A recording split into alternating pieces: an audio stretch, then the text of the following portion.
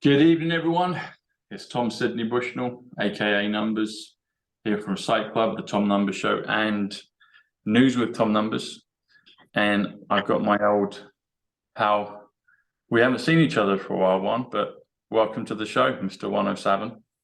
Yeah, it's good to talk with you. Yeah, we've both had very busy schedules, and so good to get a chance to visit again. So, well, what have you got for us, buddy? There's a lot happening. I just saw some of President Trump's speech. I think it must have been from last night in South Dakota, in Rapid City. And that's a place I went to last year. I ended up there kind of serendipitously, accidentally. But I really enjoyed it there. And I was like, oh, that's good. Yeah. Rapid City, 48, 57, 105. Savior with the I, no, with the U, the English way. Arcturian. What else is it? It's a few things anyway. Yeah. Well, a couple things about South Dakota. 11.5. Yeah, 11.5 as well. Yeah. Yeah, go on. A couple things about South Dakota. You know, it has the lowest unemployment in the country. I think at 1.5 or 1.8% unemployment, and even that's questionable how many people are actually on it that just want to take a break from working. They have an amazing per capita income and like that, but it's related to in large part to energy with the oil projects there around the state, and but also they were a state that never went down the road of requiring economy continued to do well and prosper. And they also had, I believe, low, you know, there was a lot to be said there. And then they also weren't pushing the mandatory. Yeah. And so, and of course, might take us a few days to clean it for the youth. We'll get it on Rumble and Twitter and stuff. So yeah, say what you want to say, man. I'm kind of had enough of that. Well, it just slows things out because I know how the game is on the big one. But yeah, just say what you want to say. Interesting thing, I met, talking to the governor. So I've got to get this place right. I think is it Johnson Hotel, the big tall one in the middle of town in Rapid City. Johnson Hotel, I think it's called. Yeah. So I was I went there a couple of times, but the first night I went there, I think it was a Friday, Saturday, I can't remember. Anyway, it was busy. I went to the roof garden and I met Jamie, and I can't remember his name now, but he's the opposition to Curse, you know him, and he was telling me about his stuff, and we were getting on fine. And then I think he realized I wasn't for moving. So he just kind of exited the conversation after about 12, 15 minutes, suddenly just slipped away. What was his name? Jamie. Do you know the one I'm talking about? He's the Democrat. He was the one running against her. He was actually doing a debate that day, and big guy. He looks a bit like Alex Jones, but kind of maybe another 5 stone heavier. But he was a nice enough chap. I can't remember his name, Jamie. But yeah, and I said, oh, you should come on the show. And I looked at his Twitter. I think he's got maybe about 15,000 or so on Twitter. Anyway, he kind of realized, oh, this one's not good, because I was peppering him with a few things, and I think he said a couple of things about Trump, not really too derogatory, but I stuck up for President Trump, and I think he just realized this isn't gonna, so he just kind of exited. But he was a nice enough chap. Can't remember his name, Jamie someone. Yeah. Well, let me just say this. For example, Bill Clinton. Bill's a super smart guy. He could read a spreadsheet better than just about anybody you'd know. He could look at a budget and what would take others days, he'd have down in 10, 15, 20 minutes, and he'd have a pretty good grasp on where things were at, where they were going. If you're going to sit down and have a beer with somebody, he'd be as fun and gregarious as anybody you'd ever meet. And he could have an intelligent conversation. You might not agree with him, Yeah. but he wasn't like he was, the enemy incarnate or something, the way he presented. And there's a lot of people out there, President Reagan would talk with the Tip O'Neill over at the House, the majority leader at the House, Democrat. They'd fight like cats and dogs during the day and the media and all that. And President Reagan would invite Tip over to the White House to the private quarters for a drink after Congress recessed, and have a drink, relax, talk. And they weren't just, surface level friends. They actually got along, enjoyed each other's company. President Nixon was friends with President Kennedy before either of them got to that office. They both knew each other, worked in Congress together, and actually enjoyed each other as friends. They actually got it. They would have a conversation. There's lots of people out there that actually, a lot of the problem going on in the country is that the engagement is adversarial as opposed to honest differences of perspective, understanding, appearance. And you have to sometimes you got to have a conversation. Why does a person see things a certain way, believe a certain thing? Who was it that actually had the conversations with Reagan, who began his political career as a Democrat, and eventually switched over to being a Republican, and then going all the way to the head of the Republican operations as president and governor of California. I got a question about, you bring up Reagan. So we're talking to a savvy audience here. Was President Reagan compromised in any way? Or is he, as good as President Trump? Or not as good. Was he compromised in any way? Well, I mean, Reagan was a Boy Scout. Reagan was a lifeguard.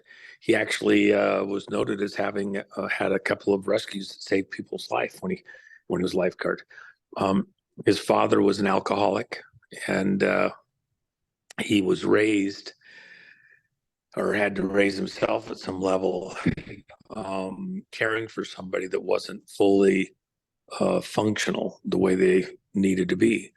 So he had a rescue mentality.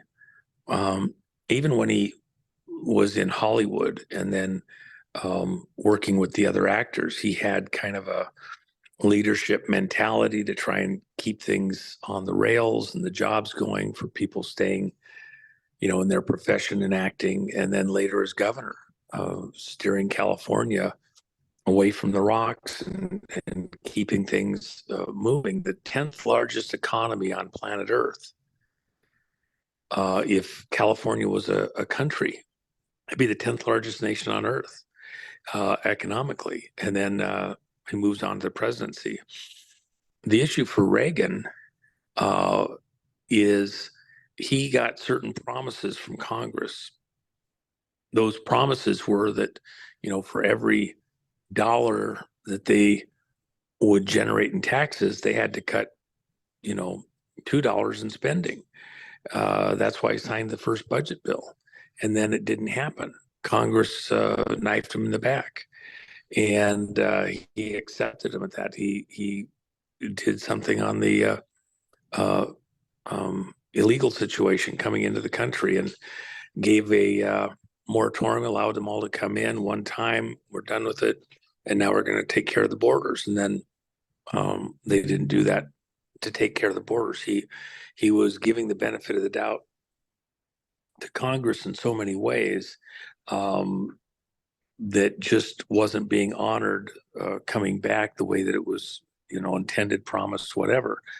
Even, his stance towards the Soviet Union, the evil empire which they were, the things that were going on in the Soviet Union in the 50s and 60s and 70s were really horrors.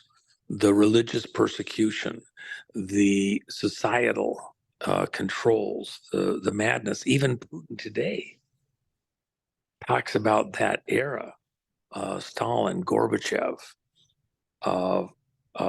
I mean,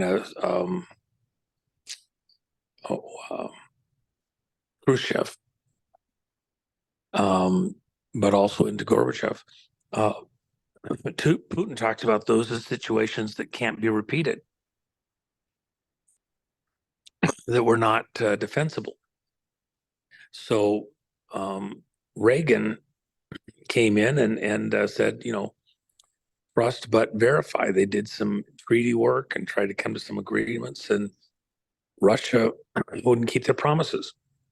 That's why we went in and dismantled them. We won the Cold War. We won World War III. Soviet Union doesn't exist. The Russia today has some similarities to the Russia of that period, but many, many, many things are vastly different than they were in that period. And Reagan gets a lot of credit for that in what was done. Was there mischief behind the scenes? You say, was he a captured person, or was he, a black hat, portraying himself as a white hat? Look, he had people in the intelligence agencies that were misusing and abusing their position.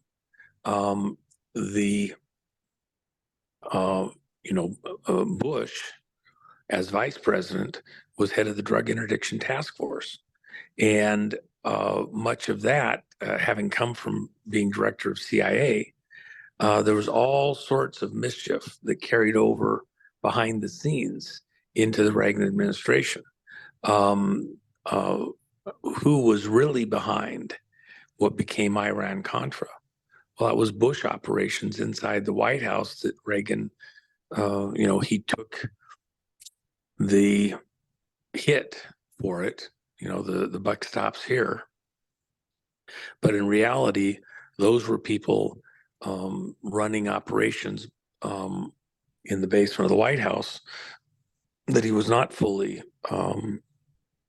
aware of or read in on, and hadn't fully agreed to the way they ended up being done. The only other thing I'd add to that is, at that moment in time, in the late 70s and into the 80s, Russia and China both were running extremely proficient, well-organized operations to take control of governments across South America and economies across South America, hijacking the drug trade to themselves. And the contest was between our intelligence agency assets and their intelligence agency assets for control of those governments by covert means.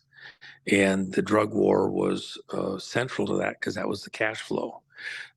We could get the cash flow other ways in the banking and other things, but for Russia and China in that era, they needed the drug money and control to finance those operations. And that was this contest we were in South America. And it was because of those gun and money laundering operations and drug operations that we got into Iran-Contra. And then these things became exposed, showing the intelligence agencies' operations fighting this war, which were not, we had the Boland Amendment, where we couldn't spend money on arms without Congress's agreement to fight a war down there in the shadow of Vietnam. The people didn't want to get into another war, but yet you had people in the intelligence agencies that had a different attitude. And oh, by the way, George Bush won. The first Bush was very intricately involved in a lot of operation with all those players, but Reagan took the hit for things that were happening in the White House that were actually being run by the Bush crew. So if you wanted to say Reagan was a black cat, you're full of shit.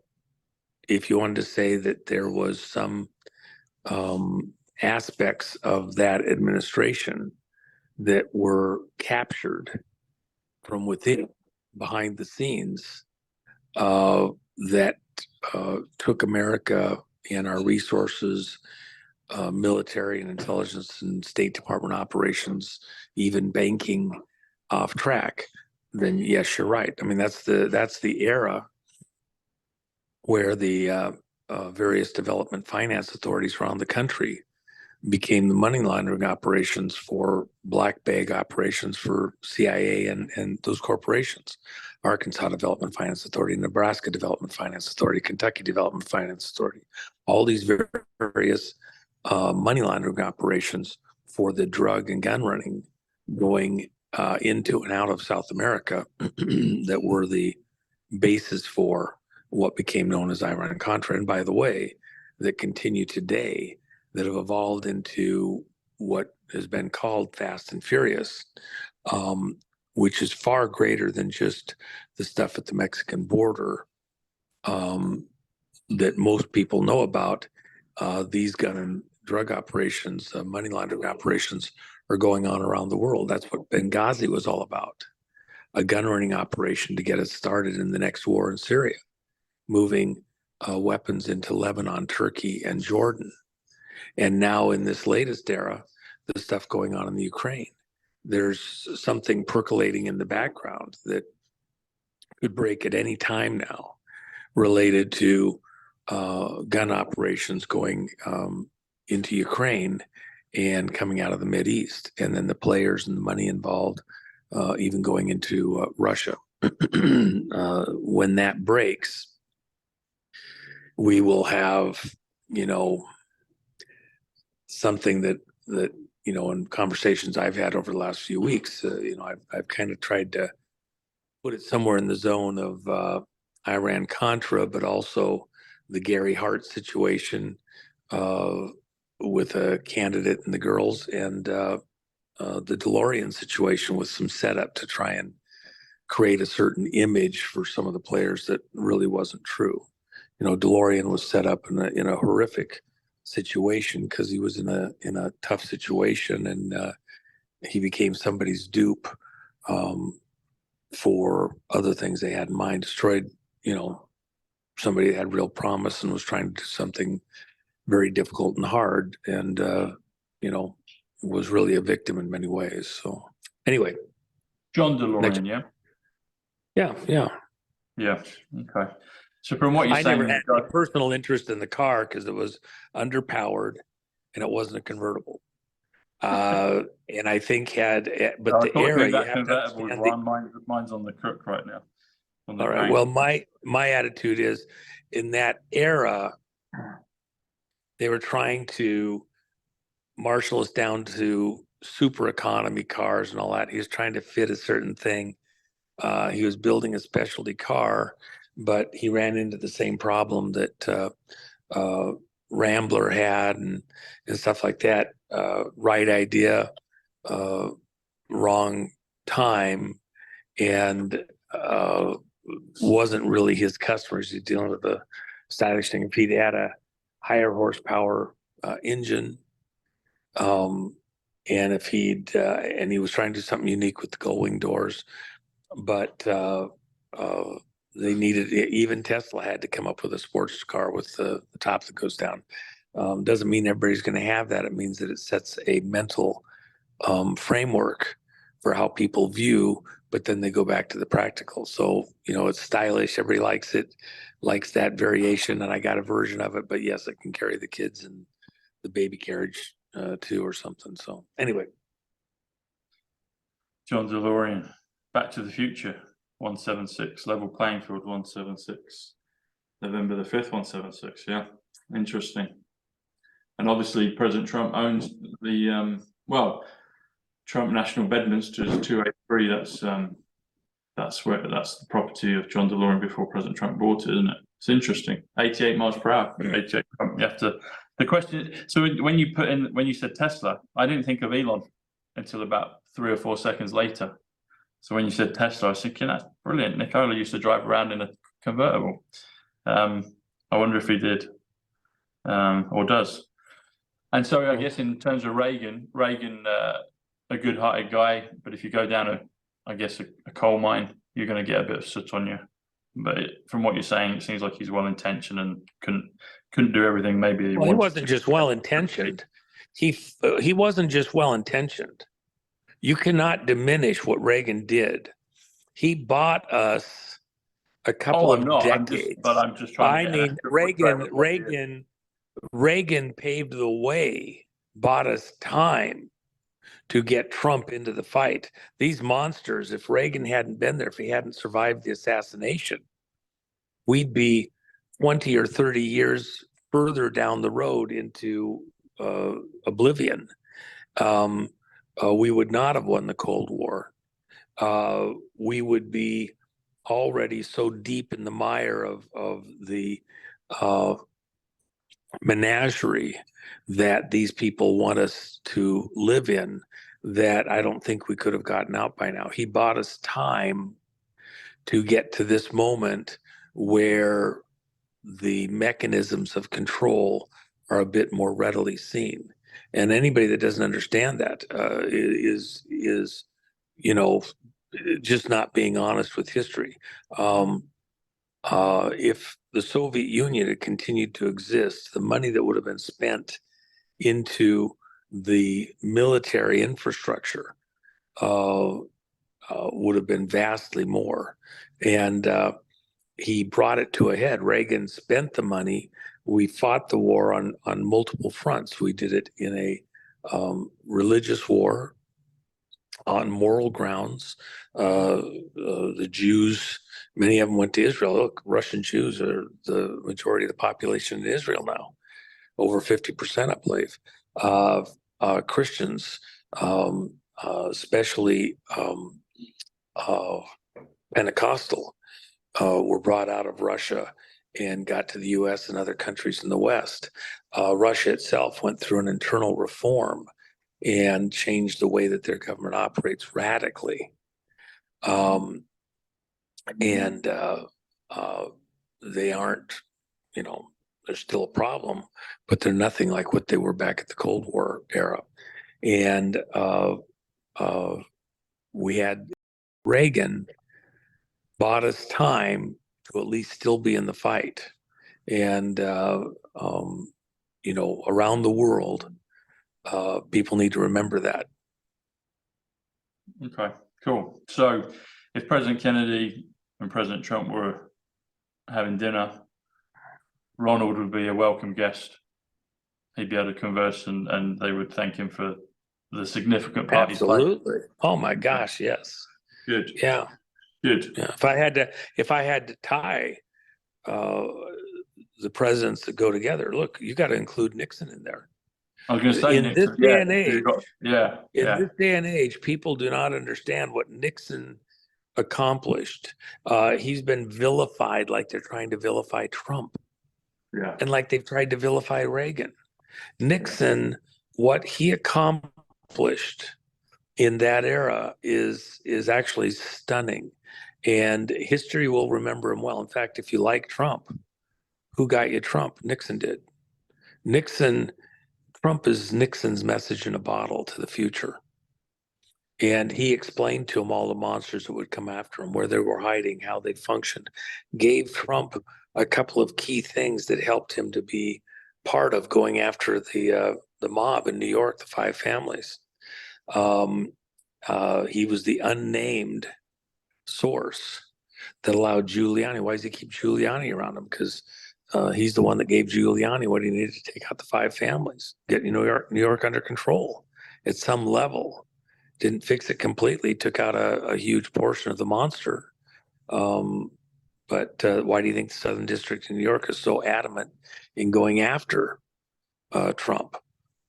That they know what that history is. So yeah, anyway. Okay, yeah. The 4 of them, yeah.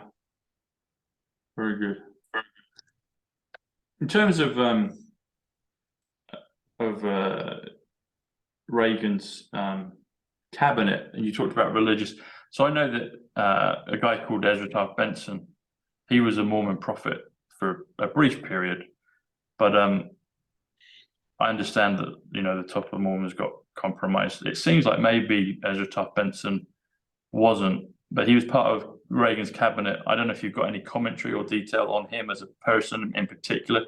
He seemed to fight against kick against the pricks of the kind of establishment that was being formed there. I'm just wondering if he was similar to Reagan and trying to make a difference and do something significant, although he wasn't around for long once they put him in office. I'm not really familiar with him specifically, and I don't, I wouldn't want to say something, that particular thing. I just don't have any personal, insights that would probably be appropriate or useful.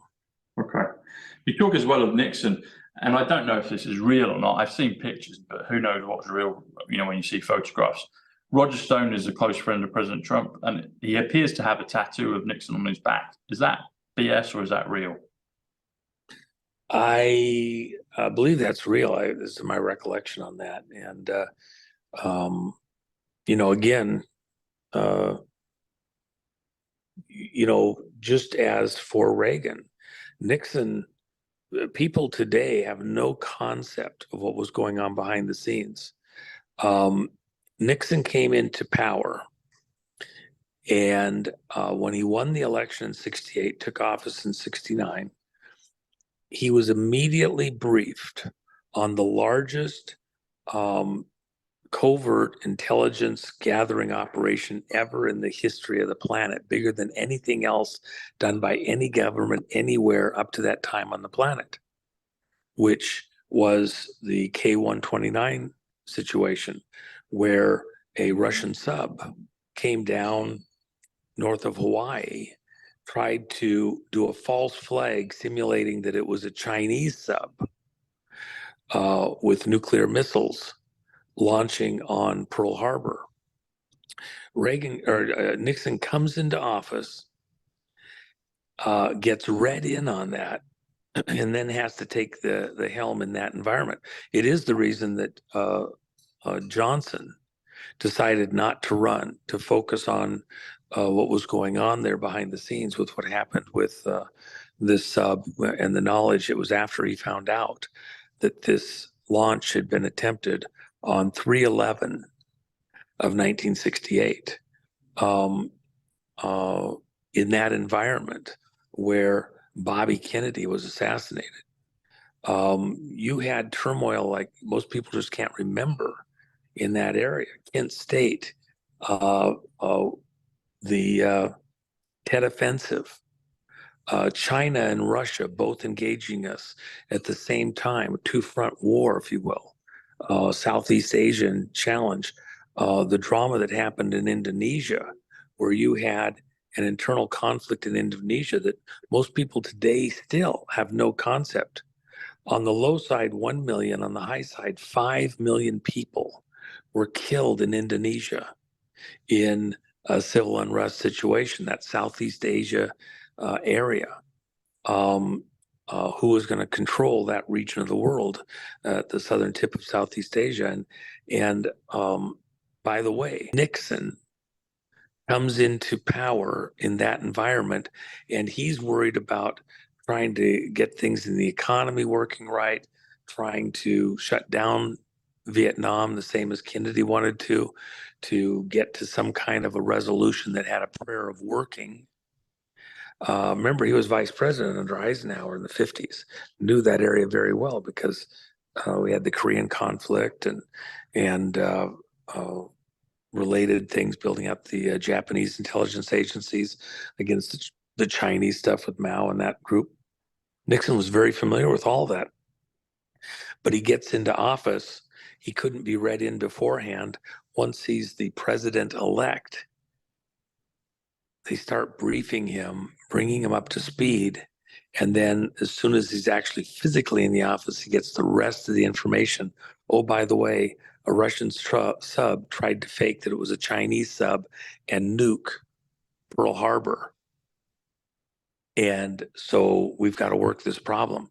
And the negotiations begin with China. Look, if we don't communicate, if you're going to isolate yourself from the West, if we hadn't, if that sub hadn't blown up during launch phase, if that sub had successfully fired a nuclear missile into Pearl Harbor, we would have, because of various things that were done and the way this was done, we would have immediately responded and nuked a bunch of locations in China. That's why Kennedy didn't want to end up in a situation with a nuclear war. That's what Bay of Pigs was all about. And then the Cuban Missile Crisis. Kennedy didn't want to be responsible for the killing of millions of people presiding over World War III. Johnson comes in all hot and pushed by a bunch of military hawks into office to be their guy because Kennedy didn't want to escalate the Vietnam situation, does their bidding, and then lo and behold, he realizes he almost got set up to preside over World War III, and it drove him nuts. Literally, by some estimates, drove him mad. Smoking marijuana and growing his ponytail because he, just couldn't believe he almost became a bigger mass murderer than anybody in history. And presiding over World War III. Nixon comes into office, gets read in, and tries to do the diplomatic thing, get China to engage, find ways to bring China into a global conversation so that they weren't so readily or easily set up, and then supervises the lifting of a submarine off the seafloor 3.5 miles down. And in order to prove to the Chinese that it was actually a real submarine, they thought it was all illusion and a fraud. And so the lifting wasn't for the technology or like that. That wasn't the whole thing. It was to prove that it was actually the real thing. And if you look at the cost, yeah, it was monstrous. It was like doing a trip to Mars. That type of complexity, that type of expense. They did it and convinced the Chinese it was very real. That was a Russian sub. This is what it was real doing. It had real nuclear missiles. And that laid the basis for China opening up and agreeing to start engaging to avoid being set up in a false flag. And but it also, with anything big like that, it has lots of risks.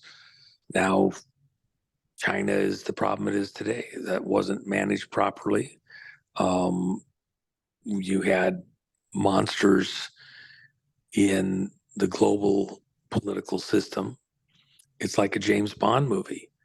And you have Spectre in there, and they have designs for global control. Anyway, I don't know if that helped. Nixon, an amazing person, complex, important, and the fact that he survived the takedown to be able to help this next phase into President Trump. He told him all the monsters that are coming after you, how they're hiding, where they're at, and what to watch out for. And good luck, and let's say a prayer. Here we are. You said there were two things he gave President Trump, and then you talked about Giuliani and the five mafia families in New York. What was the other thing that he gave President Trump to help President Trump do what he's doing and has done now? He passed the baton of those that invited Trump to run.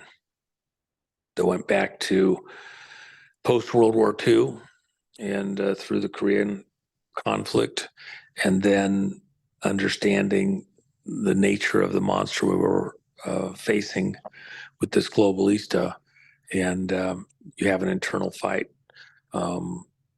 Those that believe that continuity in government should go to senior executive service, and that crowd that's this covert shadow government, which Cheney, every time he had a fake heart attack, was going to help get set up. And that core group of general staff and admirals related to nuclear and beyond, and that thin component that is behind the rest of the fight back. That's, you know, what you don't realize or know, but is the whole reason we even have a prayer of winning at this point. So that goes all the way back to World War II. Yep. I watched Oppenheimer. Yeah. I've seen Oppenheimer about 3 times now. Well, not about. I have seen it 3 times. Maybe the first 5 minutes when I first watched it, I missed, or the first 10, but I've seen it 3 times. And they mentioned, I said Christopher Nolan's a white hat director, and he mentions Kennedy in it and how Kennedy stood up against Strauss, who tried to take out Oppenheimer. And obviously the events of Oppenheimer were World War II. So a lot of people in the movement, you know, they feel that President Kennedy could be the, you know, inception of Q. But we're looking further, you know, before Kennedy was president, we're looking further back at World War II. And he was a young, either, what was he, a Congress? I get muddled up with my labeling for American PT politics. boat captain. He was a PT boat captain. Yeah. He was a real hero. He wasn't, you know, his PT boat actually was damaged, and he, with a broken back, went and swam miles in very difficult circumstances to save additional of his crew. Those people that survived that spoke, you know, about the incident, and what he did was an amazing feat. Mentally, physically, spiritually, did something stunning. And he was, you know, the book profiles in courage. That's real people talking about a real event, and the character of the person involved. You know, he had his failings, which seemed to almost be a family thing at some level, with the women, but within those types of circumstances, that incident, no one can take away the valor that occurred there, and the core of the man, and that's in large measure why he became president. Balls of steel. Beg pardon? I said balls of steel. Bravery. Yeah. Your accent made it hard for me to understand initially, and then I got it. Oh, okay. Yeah. Yeah. But you know, I think that if you look at what, you know, for example, 17th letter of the alphabet Q, doesn't just go back to World War II or something before that. The Q clearance having to do with the Department of Energy and nuclear weapons grade nuclear components and deployment and things like that. It goes back all the way, 17th book of the Bible, Esther. The flip, the reversal, the boomerang. There's a reason why the Esther book is the 17th book of the Bible. 17 down through history has always been a number denoting victory. And the question then becomes, for whose side? See, the first half of the Esther book, more than the first half, is all the setup, understanding the nature of the environment which Esther was raised in, and which the Jews found themselves in Persia. And then at the flip, the reversal, the ability of the people to begin to fight back, to prepare to fight back, and then a great conflict, a cataclysm, and engagement. And at the end of that engagement, most people don't understand. If they do understand Esther, they just think of it as one event. No, there was the reversal of the change in direction where the king's power, his signet ring, his authority, was used by Haman, the King Xerxes. Let me just say, Esther was one of his wives. He had lots of wives, and very powerful kingdom, arguably the biggest at the time at that point in the world.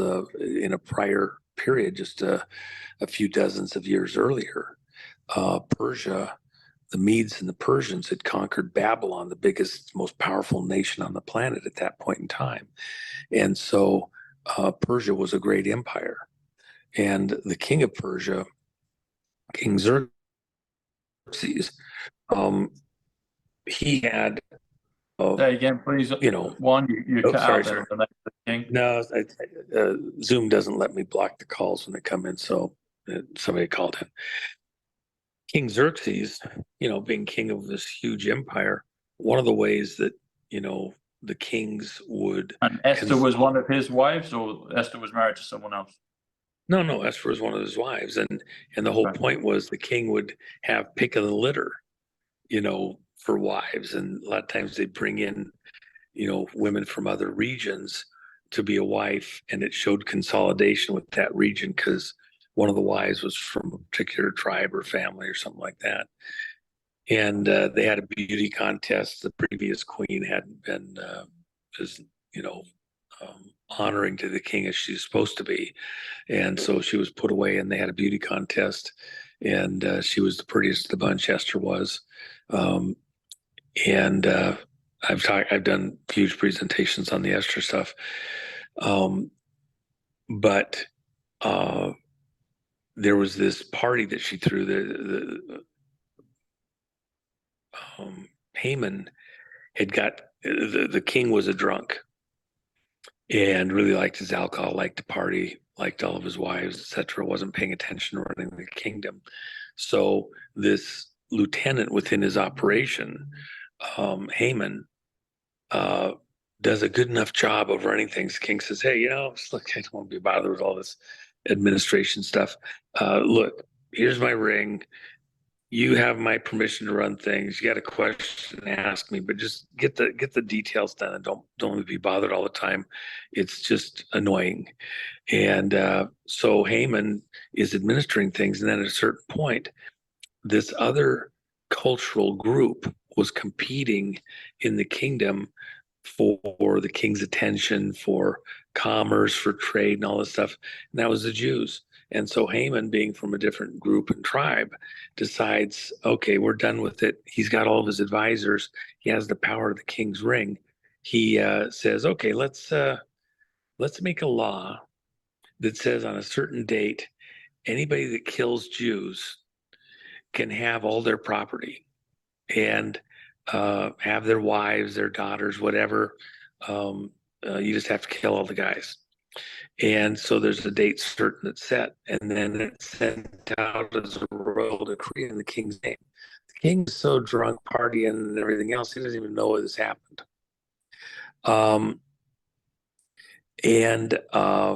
So Esther, being a Jew, but not the king not realizing it, even Haman, this bad guy, not realizing what her tribe was, she is hit up by her people.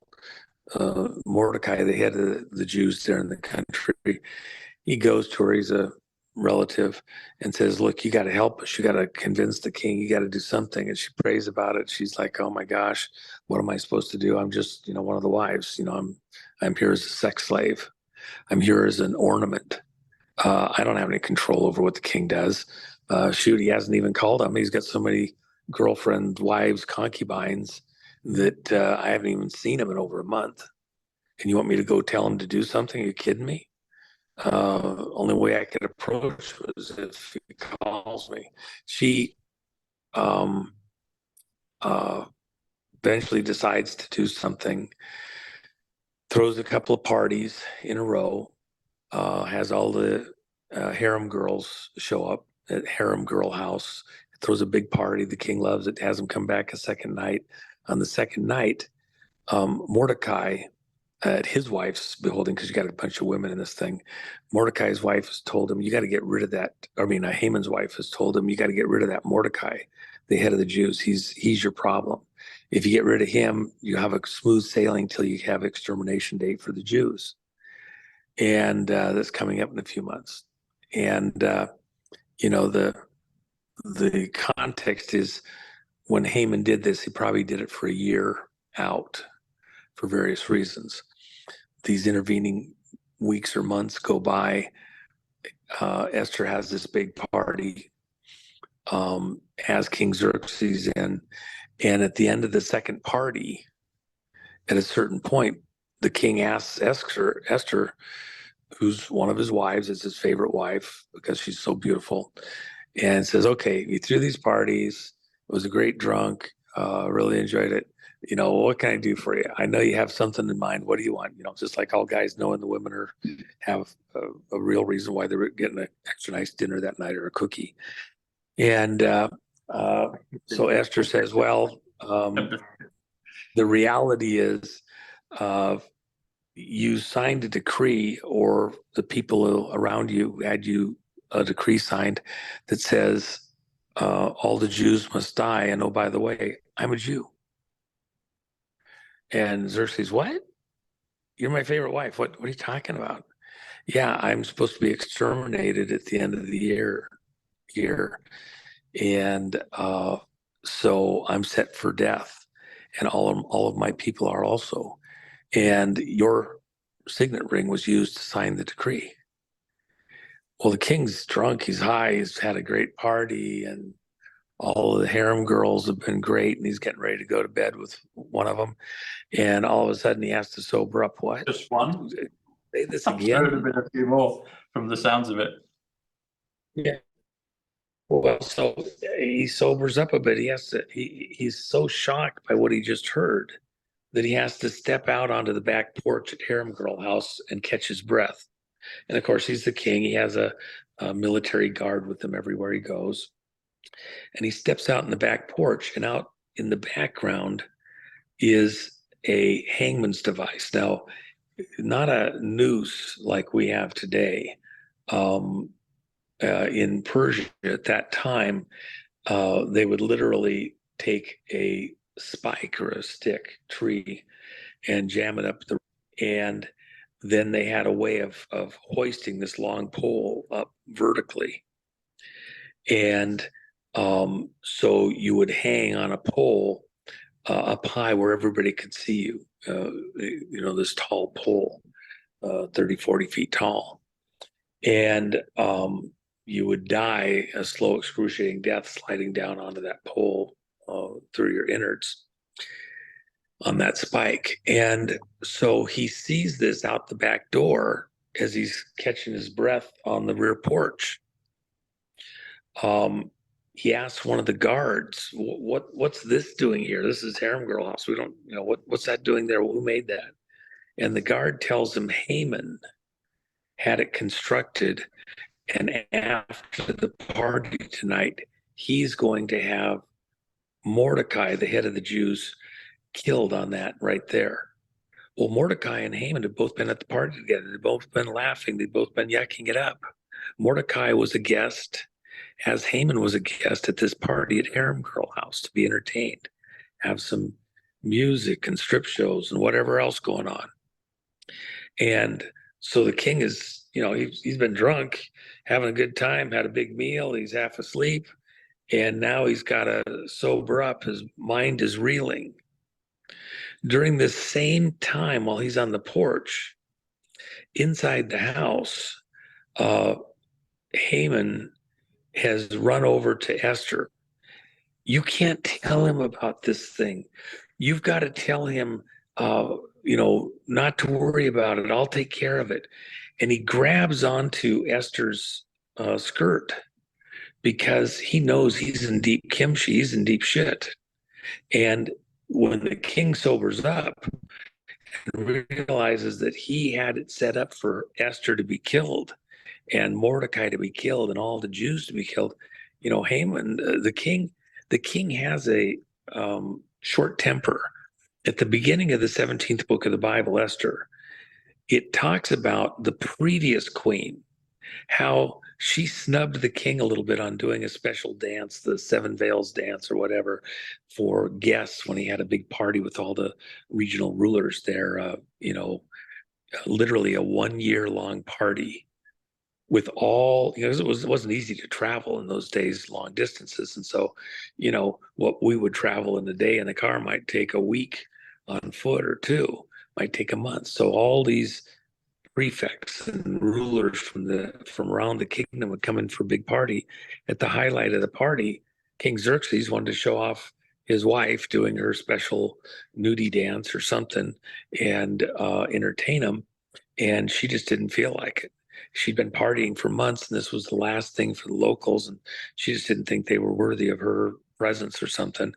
And it so upset the king that he had her taken out as queen, and then he had this beauty party where Esther became, you know, the queen after this long pageant thing that took months. So with that in mind, he had a very short, rash personality.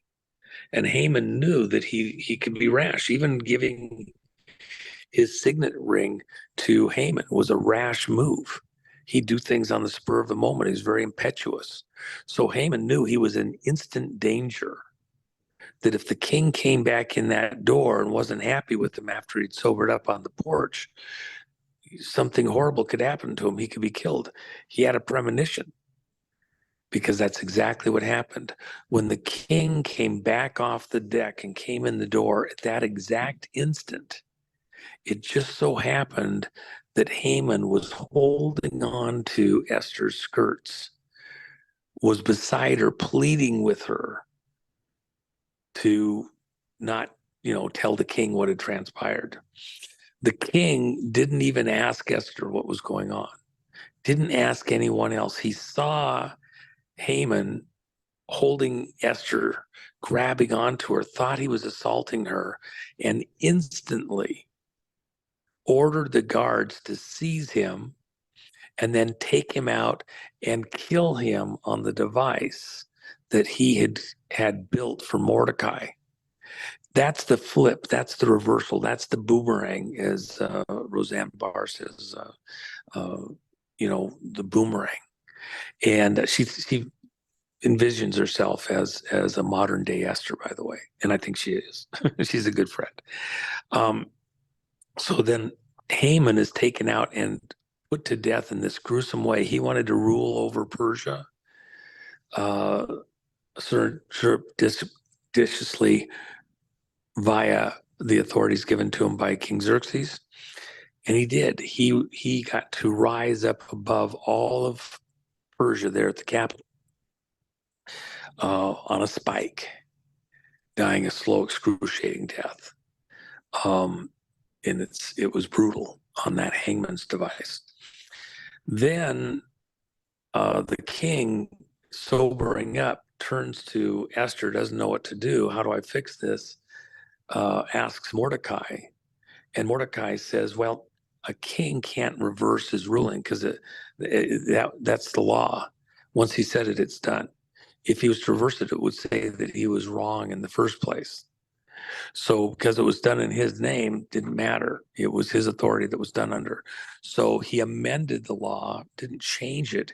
He added to it and said that the Jews, in the intervening period from that day until the date certain when the fight was on, could arm themselves and make allies.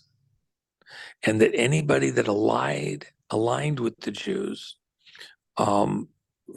did not have to worry about facing any consequences for it, that it wasn't against the law. So then the Jews used that intervening period, Mordecai and all the rest of them, to make business agreements, land agreements, trade agreements, pacts for arming and protection, etc., against the family of Haman and all of the people around Haman who wanted to go to war that that date certain that was in the future. When the date came, the Jews totally overwhelmed. Haman's 10 sons were out for revenge for their mother and for their father, and they were seized. And in the Jewish lore, they all died in the same breath. All their throats were slit at the exact same moment. And this fight went on for a long day. At the end of that day, there was still some unfinished business. King Xerxes asked Esther, did you get everything you want? Mordecai advised her there was still some fighting in certain regions that wasn't completed. And the king extended the fight for another day. And then it was all finished. And they had a big party afterwards because the Jews, under Mordecai's lead, with Esther's assistance, had won this battle against their enemies, who they didn't start the battle, but they finished it. And then the legend is that Esther had a child by Xerxes whose name was Darius. And down through time, Darius, a son of Darius, actually allowed the Jews to go back and rebuild their kingdom, put walls around Jerusalem, and start over again and come out of captivity. And Darius was the name. There's one of the great saints in the early church was Darius, who refused to be part of this Roman tradition that happens at what's our time of year Christmas, but was actually the Saturn festival, worshiping the god Saturn at the midwinter festival, the winter solstice, and wouldn't be part of that whole game. I've written articles about that. And so the whole point of this is 17 is the number of reversals. Esther is the symbol of reversals. And it's not just one date certain, but it's a turning point event, which was the day that Haman died on a hangman's device of his own creation. And then the intervening period when the people consolidated and then came against the much larger enemy with this fight that was, we celebrate with this change of reversal. Here right now in the United States, and I know you have an international audience, we've been taking punches. Trump, has been charged and charged and charged. That's the in the lower corner. The name of this art is the charge, El Magador, and my lovely, beautiful, wonderful wife made that art based on presentations I did a year and a half ago on Trump as the Megador, the Matador. We've taken a lot of hits. Trump's gotten all these charges against him. When are we going to do the counterpunch? Even Ali, who did rope-a-dope and absorbed the hits from a very powerful opponent, several of them actually, then came back, eventually had to come out of his role, absorbing the punches, letting the opponent duke it out, wear himself down, and then started to do the fight back against an opponent that was already slower and used up in many ways, and take it back to him. The counterpunch is coming. It's not too far off now. And it's not over then, just like it wasn't over with Haman. We now have the fight back to this final standoff within these globalista and political opponents. The Russia stuff is where we'll start, and those people involved in that. And then we'll move on to Ukraine. And they haven't given up. We're not going to accept that. We're in the fight back. That guy right there is at the point, and he's Nixon's messenger in a bottle to this generation. Well, thank you, Juan. A lot of good things there. Thank you.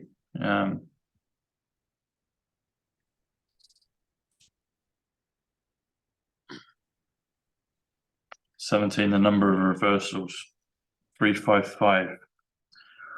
Remember the 5th of November. I'm going to name my next cookie, my next cookie creation. I'm going to name it the 17 cookie. There you go, the 17 cookie.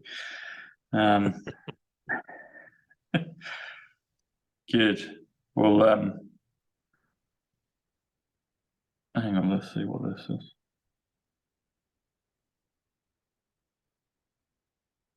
By the way, Jennifer just got these blankets made. This is a Sherpa blanket, and it's awesome. I just love it. She has this one and one that has the Called imagery on it from our movie, The Called, The Makings of a Perfect Day. And I love this imagery because that's the deep state bull, and Trump is the Megador, the Matador, going to war, single combat with these monsters. And I think it's the imagery that we'll remember out in the future. Oh, you got the cue there. I can see it. Well, yeah. So, Yeah.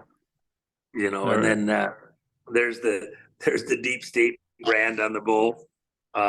You know, the thing that's fun with these. So I got friends that are going to, you know, in the fall here, we have football and basketball games. I mean, football and baseball games that we're going to the stadiums and all that. And a lot of times they're afternoon or evening games and all that. So you take your blanket and your jacket and you go to the game.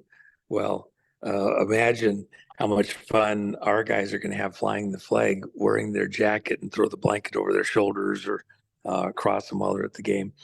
It's kind of fun matching stuff. And, you know, you have to fly the flag of your team. And it's becoming more and more apparent where this is going. They tried to hoodwink America over who won the election, and through various, and the reality is Trump won the election, and it's becoming more and more apparent to everybody. And now we're working through the legal side to get back to resolving this. In fact, the threat of going to a 2024 election is fairly serious.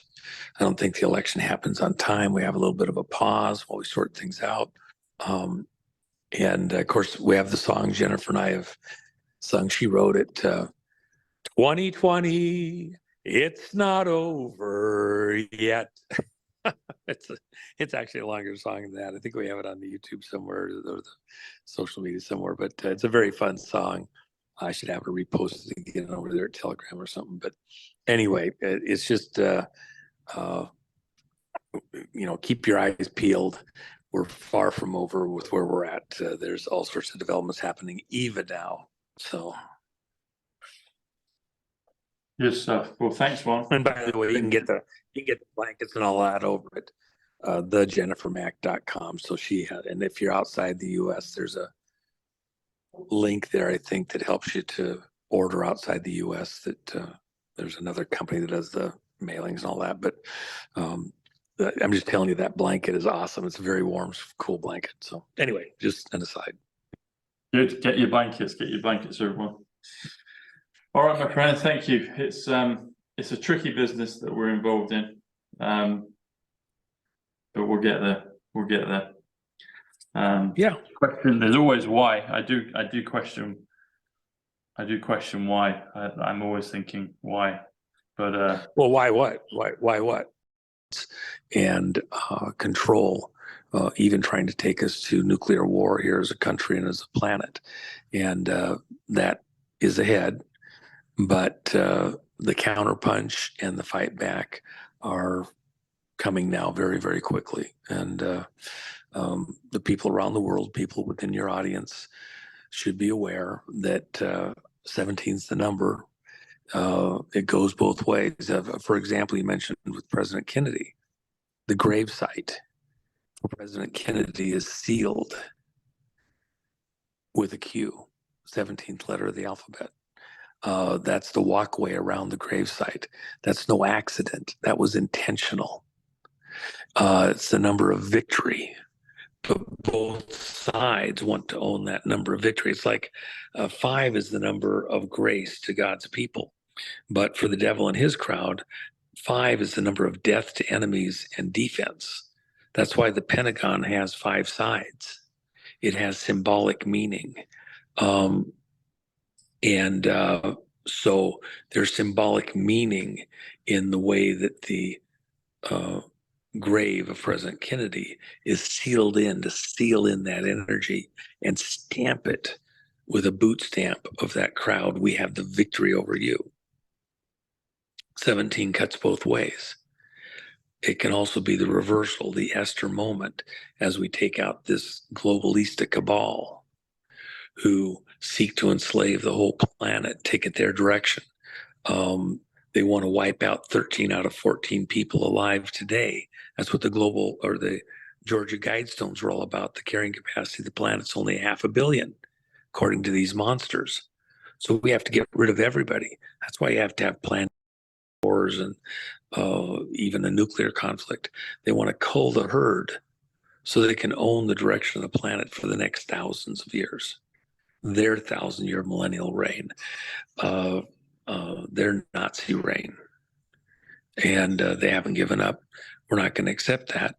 We're in the fight back. That guy right there is at the point, and he's Nixon's messenger in a bottle to this generation. Well, thank you, Juan. A lot of good things there. Thank you.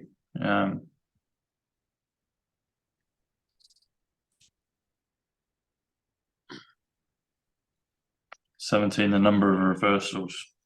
355. Remember the 5th of November. I'm going to name my next cookie, my next cookie creation. I'm going to name it the 17 cookie. There you go, the 17 cookie. Good. Well, hang on, let's see what this is.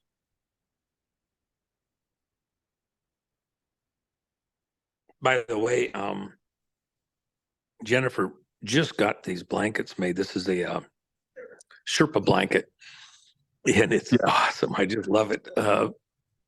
She has this one and one that has the called imagery on it from our movie, The Called, The Makings of a Perfect Day. And I love this imagery because that's the deep state bull, and Trump is the Megador, the Matador, going to war, single combat with these monsters. And I think it's the imagery that we'll remember out in the future. Oh, you got the cue there. I can see it. Well, yeah. So, Yeah.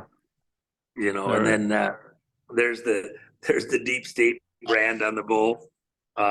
You know, the thing that's fun with these. So I got friends that are going to, you know, in the fall here, we have football and basketball games. I mean, football and baseball games that we're going to the stadiums and all that. And a lot of times they're afternoon or evening games and all that. So you take your blanket and your jacket and you go to the game. Well, imagine how much fun our guys are going to have flying the flag, wearing their jacket and throw the blanket over their shoulders or across them while they're at the game. It's kind of fun matching stuff. And, you know, you have to fly the flag of your team. And it's becoming more and more apparent where this is going. They tried to hoodwink America over who won and the reality is Trump won, and it's becoming more and more apparent to everybody. And now we're working through the legal side to get back to resolving this. In fact, the threat of going to a 2024 election is fairly serious. I don't think the election happens on time. We have a little bit of a pause while we sort things out. And of course, we have the song Jennifer and I have sung. She wrote it. 2020, it's not over yet. It's actually a longer song than that. I think we have it on the YouTube somewhere or the social media somewhere. But it's a very fun song. I should have her reposted again over there at Telegram or something. But anyway, it's just you know, keep your eyes peeled. we're far from over with where we're at. There's all sorts of developments happening even now. So, Good stuff. Well, thanks, Ron. and by the way, you can get the blankets and all that over at thejennifermack.com. So and if you're outside the U.S., there's a link there, I think, that helps you to order outside the U.S. That there's another company that does the mailings and all that. But I'm just telling you, that blanket is awesome. It's a very warm, cool blanket. So anyway, just an aside. Good. Get your blankets, everyone. All right, my friend, thank you. It's a tricky business that we're involved in. But we'll get there. Yeah. Question. There's always why. I do question why. I'm always thinking why. But well, why what? Why what? Well, that's the question. Why everything? Why? I mean, well, I don't think. Look, you have good versus evil. I don't think there's any question in this contest going all the way back to the garden and before. You have Satan, Lucifer, the devil, bringing sin into the world. The green man. Why? Because he hid amongst the green leaves of the trees of the garden. But why? Let's go beyond right that there. Let's go beyond that question. No, you can't get beyond that question. That is no, but we can the though. entire fight. But what's the point of it? Why? What happened before the garden? Why did we agree to this? You know, what is the purpose of it? Is it to just gain experience, to develop faith, to know the difference between right and wrong, good and evil, dark and light? What is the, you know, I'd assume we must have existed beforehand. We're eternal beings. So we are. So the question is why? Why did we agree to this, to all of this? That's the question. That is the question. Well, if you didn't have free will to make choices, then so I don't any even know if we do. I don't even enjoyment. Know if we do have Hold on. Is your friendship with God? The scripture says, for his pleasure, God hath created all things. Okay, for his pleasure, for his good enjoyment. If what verse is that? What reference is that? Oh, I think it's in Psalms. Okay. But for his pleasure, you can punch it in a search engine, you'll get it in a heartbeat. And but he created mankind for his pleasure, all of creation for his pleasure. Okay. But within that context, if just like King Xerxes, he had all these wives, how much of that was a willing choice by those women, and how much of that was compelled? Were they, the women that Esther competed with in this beauty contest? The beauty contest rules were, one of you will get to be a wife and co-ruler in the kingdom, and the rest of you, if you enter the contest but you lose, you get to be a concubine. You just get to be a sex toy for the king. And so, how much of that is because there could even have been the possibility of actual romance or love, and how much of that was the friends and relatives who were hoping that they'd get one of their daughters in good with the king, and then they'd get favor within their family, their locality, their principality, for good favor. So the women are being offered in there. How much of that was even fully voluntary in the part of the women? Even Esther didn't want to do it. That's why I'm not a huge fan of Mordecai in many ways, because he put this relative in that kind of a situation, trying to sell her in for some kind of gain. The only thing is that from the scriptural standpoint, it says, for this reason were you even created, to be here at this critical point, to be there to save the nation at some point in time, in its own bizarre way. God allows free will so that our enjoyment of him, our love for him, is a matter of choice on our part, not because we don't have any choice. We're just sold into this.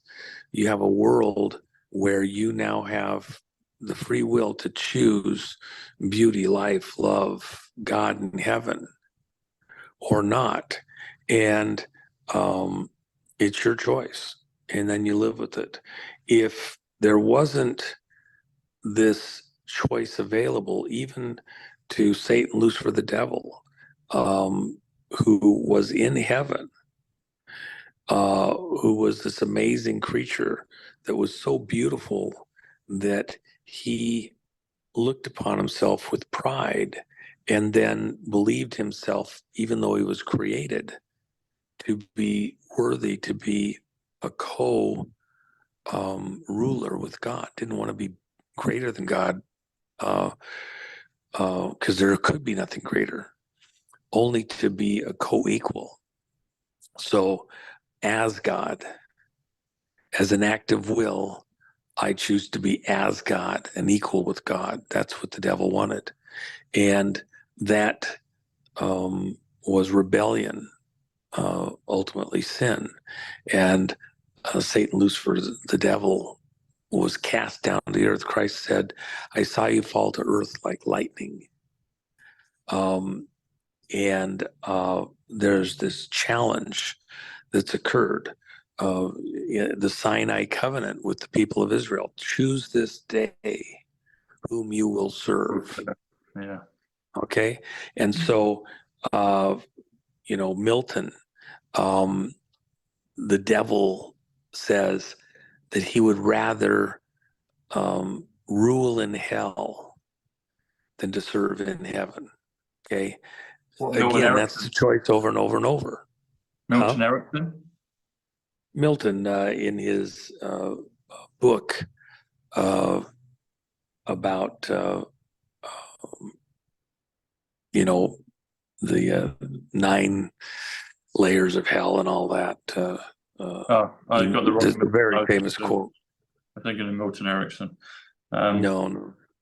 So the thing is with that, the one I contest whether we even actually have free will, because if you don't have full disclosure, at best you have a best guess. Because the thing is, on both sides, and I've seen this as I go through this journey, both sides, you don't know fully what you're dealing with. You have a sense of it. You peer through a glass darkly, or look through a glass darkly on both sides, and you don't know what you're actually dealing with. So the thing of free choice, I question if that's actually a correct description of it, because I don't think it is, because if you don't know fully what something is until you get further into, it's actually this, and this could be on a bad side or a good side. But take a good side, you still don't actually know. You're not choosing. You're taking the best choice. So I think to say free choice, I don't know if it is free choice. I think once you have full disclosure, I think that's when the game ends. That's when then you realize everything. The veil is lifted. Lift the veil from your eyes. 3:13. Then you understand everything. Because right now we're still peering through a glass darkly, and until we have that moment of full disclosure, I don't think we can choose clearly. I think that's mislabeling. I think it's misquoting. It's not accurate enough. I don't believe it's accurate enough, because I've thought about this, all my life, and as I go through this game, I don't think we really have free choice, and I don't know. I think that's a mislabeling of the game that we're in. And until we get that lifting of the veil, then our eyes are open. Then we understand, and then I think that's when everything. I think that's when it changes. I don't. Okay, let me help you out here on this. Let me help you out here on this. Let me ask you a couple of questions. Let's just take the commonly understood narrative that there's some heaven to be anticipated and look forward to at the end of this life.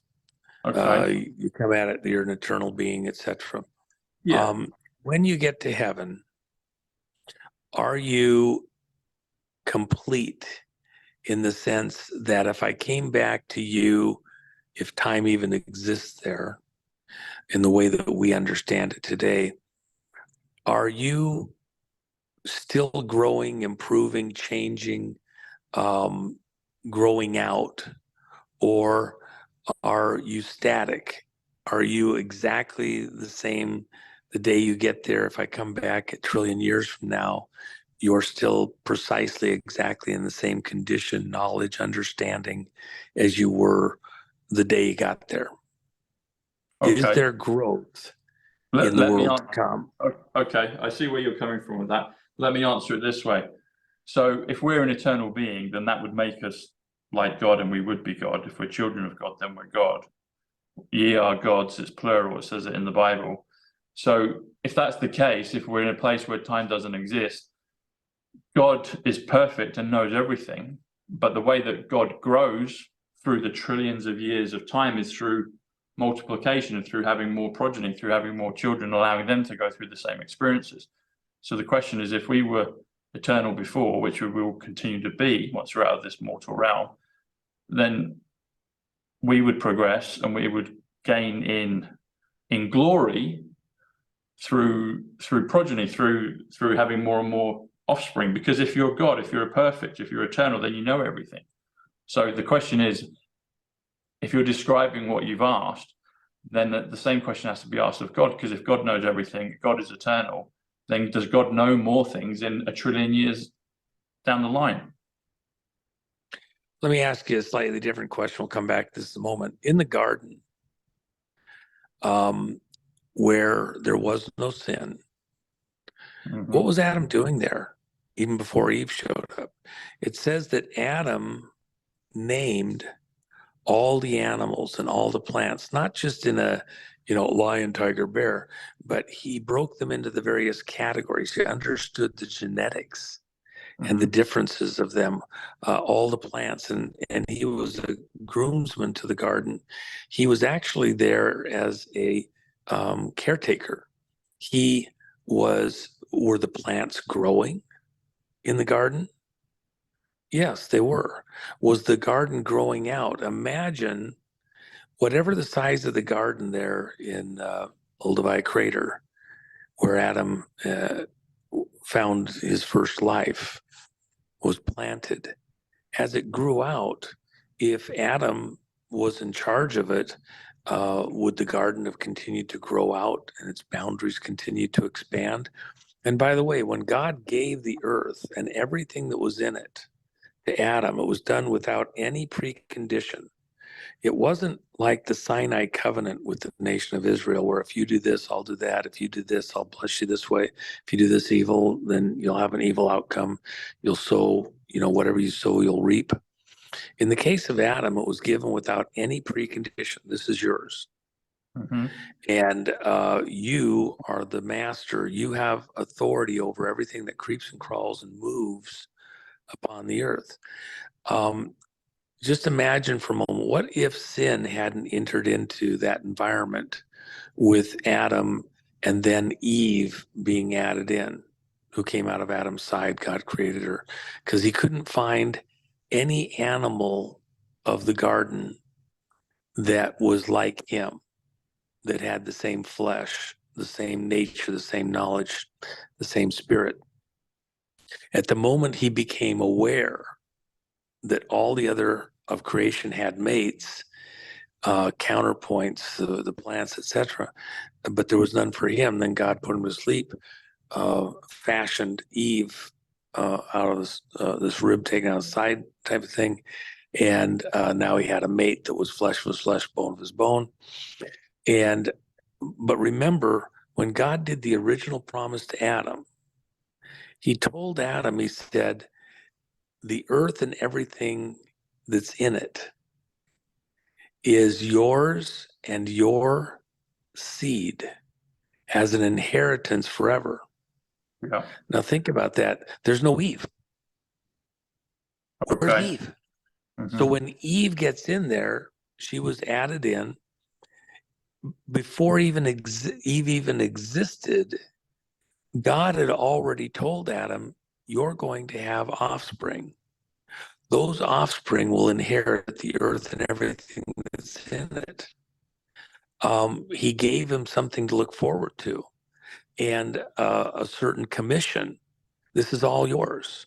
Well, if you had the garden and then Eve gets in there and they're both procreating and no sin comes in, the garden would have continued to grow in size until it covered the whole earth.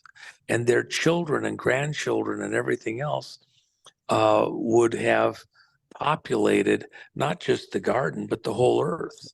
And but it was only because sin came in, it kind of interrupted the flow of things. Yeah. Now you look, and that was for God's good pleasure. He created something, he wanted it to grow, it was going to be beautiful. Then you look to the heaven in the future. Is the heaven that we will populate going to grow, build out, expand? Will our blessing, if you will, expand out into the rest of creation, even from a heavenly realm? And I would say yes, because the very nature I of would God as well. himself is growth, Yes. is population, is expansion. Yeah. That's just the nature of God. It's life and a continuing expansion of life. Yeah. So Yeah. we How you grow as God. see Yeah. Yeah. we see that as something good.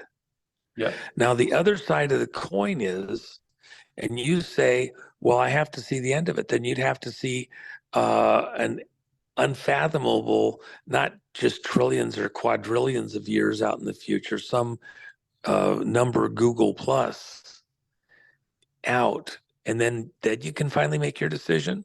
Then you can decide, whether or not it's a good thing or not. We see lots of things where we see a direction where things are going, where our mind was the mind of Adam before he named all the animals, before he named all the plants. He was the greatest scientist that ever lived in this world to date. Adam named all the animals and plants So I and guess divided them up. And then he also groomed the garden. The garden wasn't static. He's there. He's trimming the trees. yeah. They're growing like crazy. He's trimming the plants. He's putting them in organization, and they're growing. He's building out the garden. He's giving it a design and a flow. That's why you go to places around the world, especially with the Brits, Yeah. and they love their gardens and the organization and the They do. layout, because it goes back to the very nature of man at creation. So So then I come back to, I agree with all of that. The question is then is why. So okay, so now I come back to, would hold on, let me finish this thought. I want to finish this thought so that you can Okay. have something to compare with. So then you go, okay, you stated that you had to see the end of everything to fully understand and make a decision. I'm telling you that you don't have to see the end of it. You just have to see the direction of it. Now, is there good and is there evil? At the garden, something happened.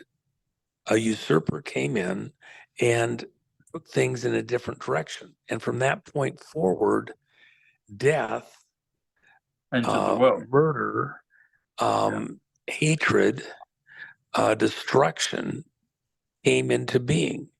Yeah. And so now we are faced, like it or not, with opportunities for choice.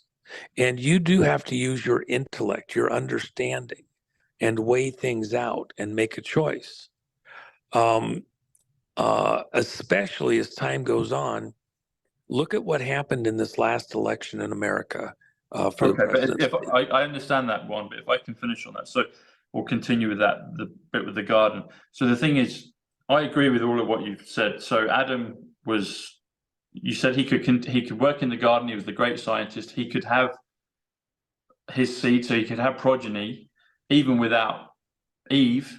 I don't know how you would have had them, but we'll take that you know, he could No, it was continue to grow. anticipating. It was anticipating what God would bring to pass. That he was Okay, so going he was to be there. anticipating that. Okay, but when Eve Yes. entered, and then the fall. So when the fall happened, when sin entered the world, that's when death. I mean, look at murder. Adam. He's a teenage guy, learns all this stuff. He's a genius, Okay, and he's looking for Eve. He's turning over every rock, every plant. Where is Okay. she? Where is she? There must be a mate for me.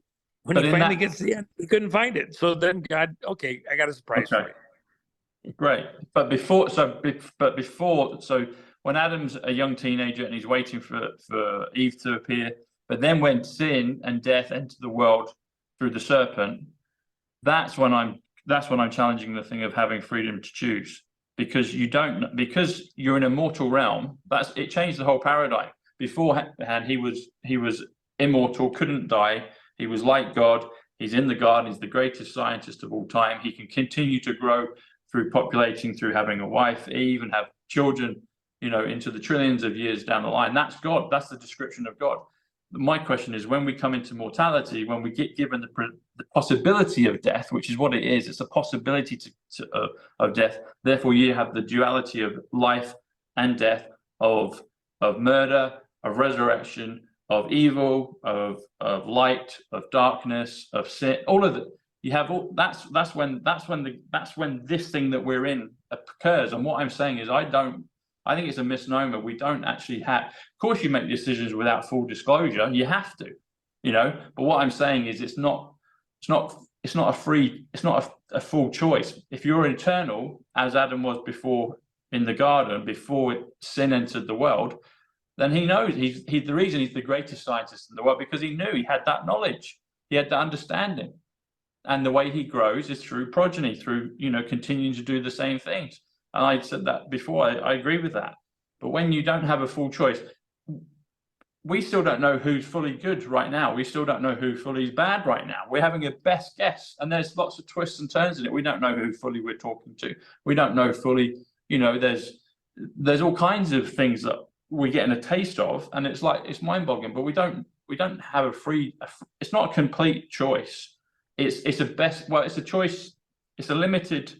You take a step into the dark and you take your best guess, but you don't have full knowledge of it. So what I'm saying is, the parameters of this mortal existence are limited, and we do see through a glass darkly, on the good and on the bad, because we still don't know who we're dealing with. We don't know who we're dealing with. We don't know. We can take a best guess, but people are, you know, it's a poker game, and it's a mortal poker game of who's telling the truth, who's telling this. Well, we can go on our intuition, we can go, but you know, there's disinformation is necessary, so we don't have full disclosure on everything. That's my point, and therefore I don't think you can label it free will. It's not free. It's not clear choices. It's go that way. You're hungry. You don't know what you're going to encounter. You might get hit by a wildebeest, but you might have a land of milk and honey. But you're hungry, so you're going to go in that direction. Whereas if you're prior to the fall, prior to the inception of sin, prior to the serpent, prior to death, then you have all the knowledge. You're as God. You're eternal. You have all the knowledge, and you can continue to grow and have that paradisical joy, which is what we want to get to. Because still, right now, we're in that crux. We're still in the mortal realm, and it's not. You know, it's trying your best. That's what it is. It's trying your best, because at the top level, we're still not being told clearly what's what. We can go on our hunches, we can go on our intuition, we can go on our intellect, we can go on divine guidance, but it's still, you know, get to this beacon of light. Okay, then you go another few miles, there's another beacon of light. Oh, it gets a bit brighter, then it changes, and then you go down one road, and it's like, oh, actually, it's not that, it's this. And so it's not, it's part of the it's part of the 3D game, it's part of mortality, but it's not, and that's my question, going back to my original question. Why did we agree to go through this fall? Why did Adam agree? Why did we all agree to come into this realm? Is it to gain experience? Is it variety? Is it because it's boring to be a god for trillions of years? Hey, let's take a taste of mortality and then we'll rise again. What is it? Again, I don't want to be quibbling, and I don't want you to be quibbling. This is a very important point. It goes back Not to my quibbling. original It's a question. Hold on. sincere question Let me ask. because Let me state it again. it's no one answers it. It is quibbling. No, it is quibbling. Here's why. It's I not. just I'm asked not you. quibbling. I'm not quibbling. I'm asking sincere, genuine questions My that no one opinion. seems to answer. My opinion. It's quibbling, and here's why. Well, in my opinion, it's not. But I'll hear what you've got to Okay. say. But it's not. I'm not quibbling. I'm asking on the nose questions because no one seems to want to tell the truth about what this is, or they can't reveal it yet. But it's like, well, you know, this is where I'm at. I'm like, I want to know. Okay. As I said before, when I asked that first question, is your state in heaven, whether you've lived before or as you live further as an eternal being, is it static or are you growing? Second of all, when people say that they've had some eternal existence prior, that by itself would indicate most likely that heaven is static. Why? Because there's no new created beings. Are you not a new created being when you come into this world? Are you just a being that's being introduced into a creature, an embryo in this world to grow out here and then return back to where you came from? Are there souls still being created, or is that all done? You say, again, by the way that you've stated it, if I'm understanding what you've said correctly, and I think I did, that you have to see the end. So you would have to see the end of all time before you would be willing or seemingly capable of making a decision. I'm telling you. I've clarified. Well, I've clarified. What I'm saying is, I don't think you can call something a free choice if you don't know what it is. So maybe we're getting on semantics, but the bigger question behind my feeling of that question is the why. That was my very first question. Why? What is the point of mortality? Why did we go from eternal beings, as was Adam in the garden, and then go through this process of allowing sin, the possibility of sin, of death, of decay, this mortal realm symbolized by the serpent? Why did we agree to it? Is it, if you go from a glorified position in life, in eternity, and you can live for trillions of years and you continue to enjoy the things of life, the highest of life, godlike, being a god, having children forever and ever, allowing more and more spirits to be born, all of that, why do we agree to incept into this 3D world where we experience things like death, sadness, decay, but we experience joy as well? Is it just to get the contrast of the polarities of dark and light, and then it ends? It's only for a period of eternity. So my question is, why because that was the first question, why? And you said, what? I was like, and I asked you why, and you said, well, what is why? So I'm distilling the question of why. What is the purpose of life? Why are we here? Why are we doing this? Why did we incept into this 3D realm, going through the process of the serpent, etc.? However you want to look at it, I understand I get that. Why? So, why do we go from being Adam, perfect in the garden, given the promise to have eternal seed, but yet you now got to go through this? Is it because, yeah, why? Why is that necessary to be? Why is that something that beings that are gods would entertain? What is it? Why? You have to qualify what you're saying, big G, little g, first of all, that you're going to be a co-equal with God misunderstands the relationship from the beginning for all of creation. That your power, that your authorities, that your eternalness is God-like, is without question. We are gods in the way we are. We do have authority and power.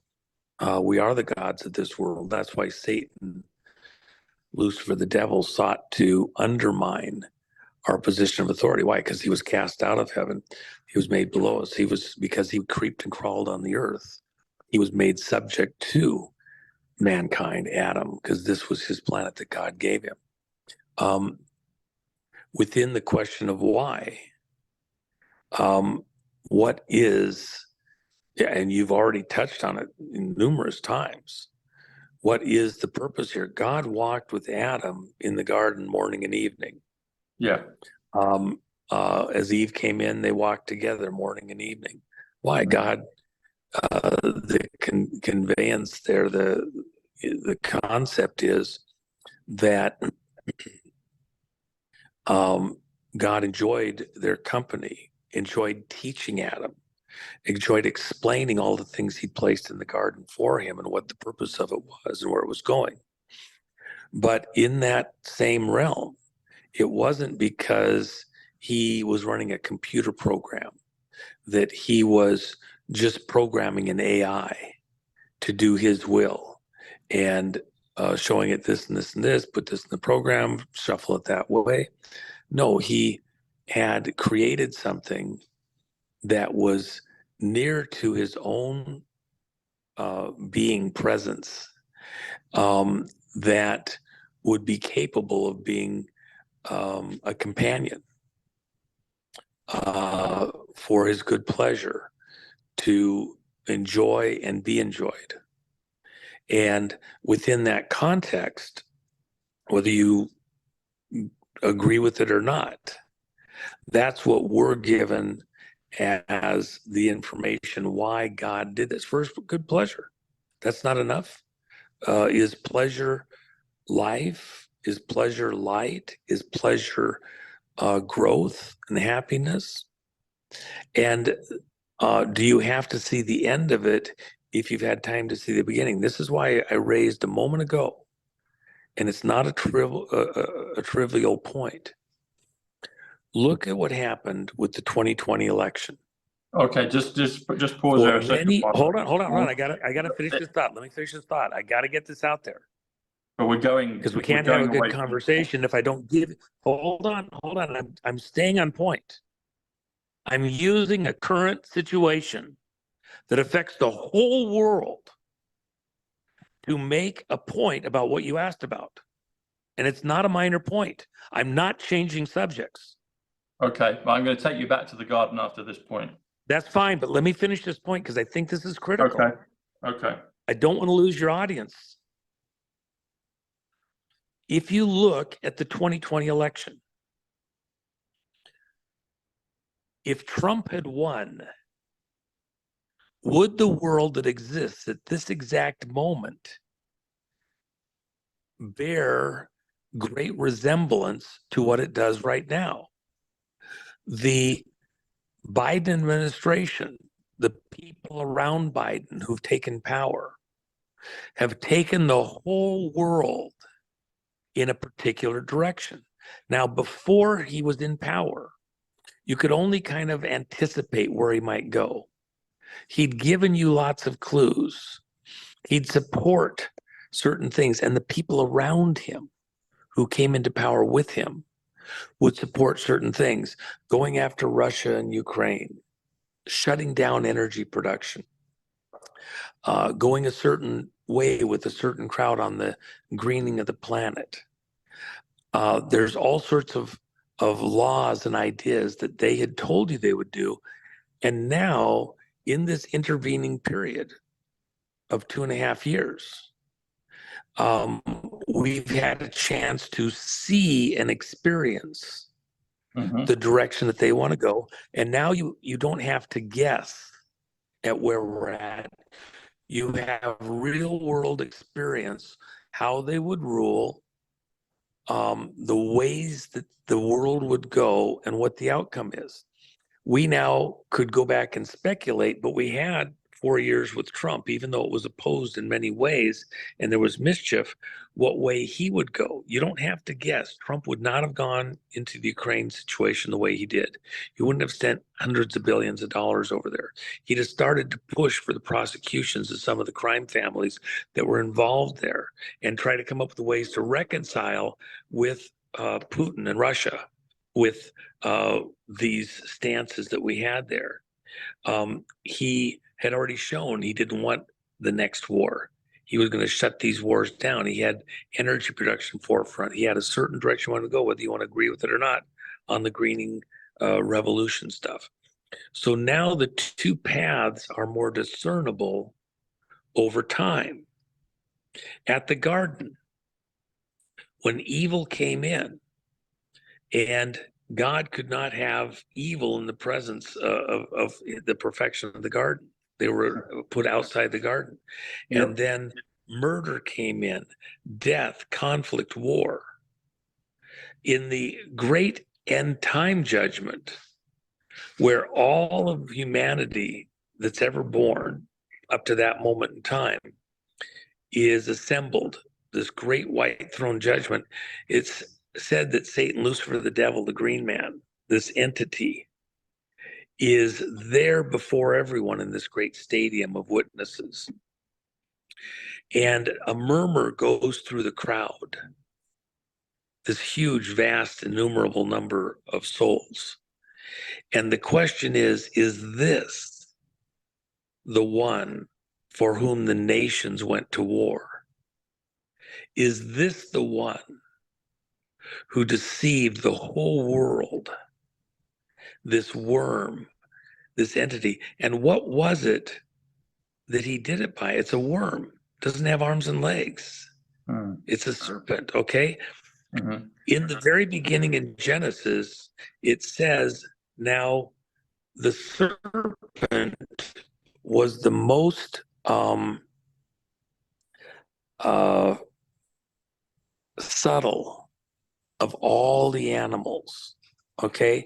He was very, very subtle and conniving, very smooth in the way that he did stuff and presented.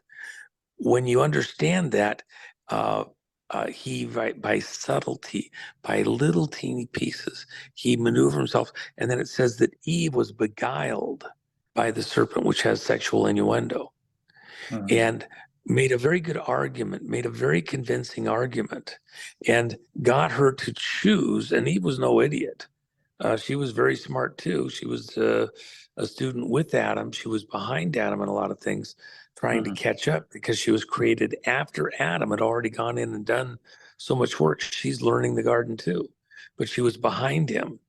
When the serpent offered her knowledge where she could catch up to Adam without going through the process of learning like Adam did, she was very enticed by that.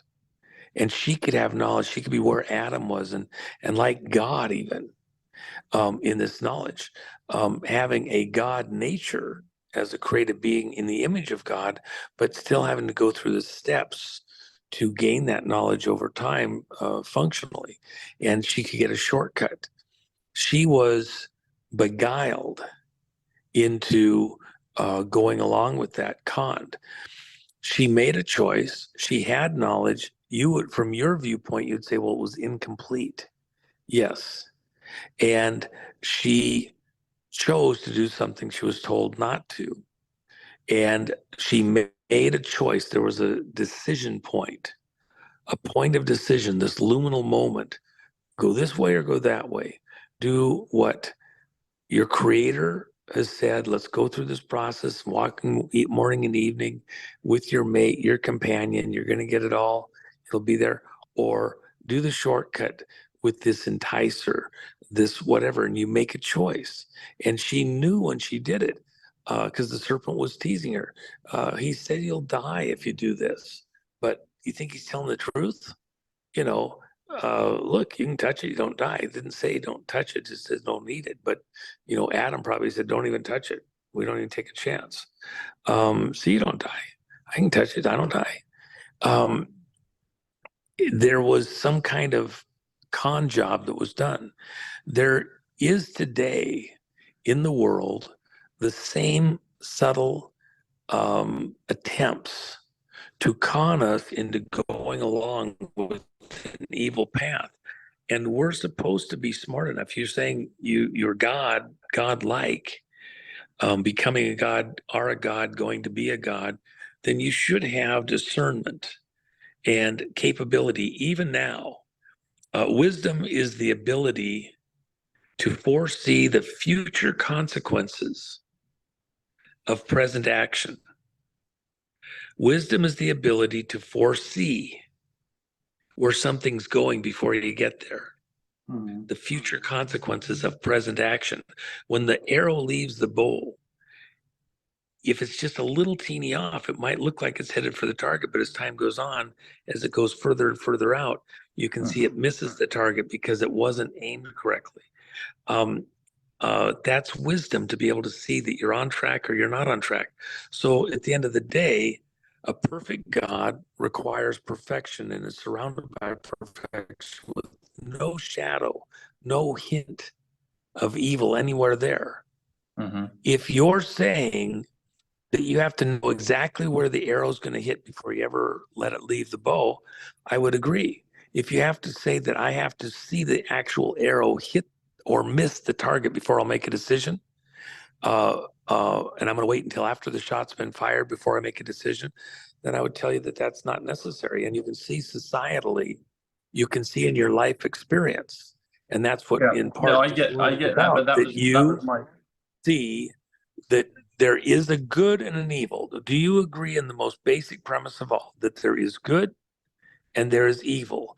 And those are there so that you, as an act of your personal will, do in fact have the choice to choose one or the other. If you say it's automatic and I have no choice, I'm just a victim of it, I say you're wrong. And I say that that's where we would not be able to agree. And I would say that that's equivalent. I'm not saying that. I'm going back to the question of why. I'm going to take you back into the garden because you the said why is because you needed the opportunity to make your own choice, which makes you a unique sovereign being. Sovereign meaning you have control. You're the king of your own life, the king of your own soul.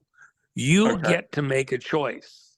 And if it didn't exist, if choice didn't exist, then you would just be an AI. You would just be a program. You would not have any unique individual soul that was God-like. You are the God of your own soul. You will make a choice and live with it. And that's what this world is all about. It's just like the election 2020. Everybody got to make a choice. Now there was con work, there was deception, there was all sorts of things that went on that we're now trying to overturn and come against. But that's even the garden with Eve. Eve was conned. So and then she had to have an option to be able to get back in. That's Christ at the cross, returning choice back into the equation for all that live to still be able to choose one way or the other. So why not walk with God as Adam did and could just continue to do that without the possibility of Satan entering in? You said that Eve was offered a cheat, effectively. You know, I'll give you knowledge, but you're going to die. There's going to be a cost to it. Why not just continue in that high perfection? Again, just as I said, that's an AI. Then you're just a computer program.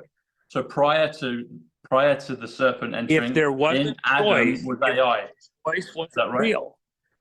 If the choice wasn't real, then all you are is a computer program. So, even to Satan, Lucifer, the devil himself, the choice to be in a heavenly realm under the government of God Almighty versus your own government, versus your own choice. As an act of will, I choose relationship with God, the creator of all things. I recognize that I myself, while I am God-like, am not God the creator. Anywhere where I create, I do so because I'm in relationship with God. If you choose to go have a child with some woman, are you the creator, or are you entering into an agreement with God Almighty to participate in the creative ability? But ultimately, he's the author of creation. You are not the author of creation. If you have a child, God is the author of creation. And he has that role solely. There is no other creator in all of Okay. existence except for God himself. Okay, so we might be getting close to the point of why then.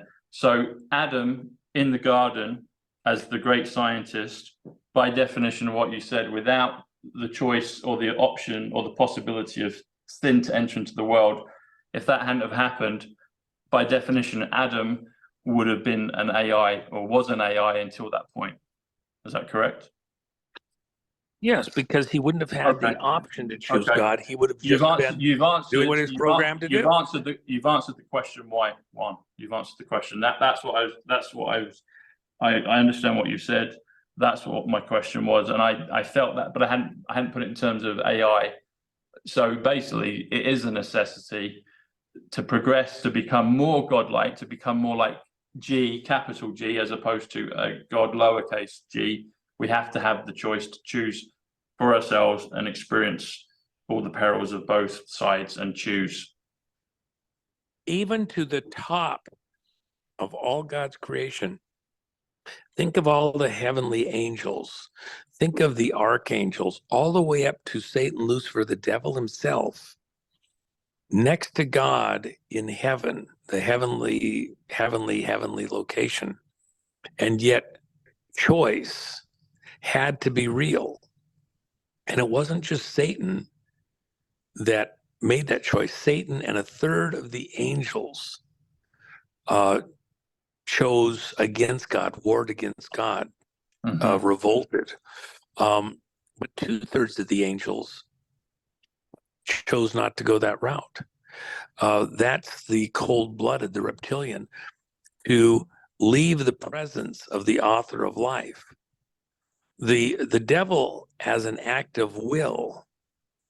See, Moses, when Moses was at the burning bush and was given the commission to go lead the children of Israel out of slavery in Egypt and to go confront Pharaoh.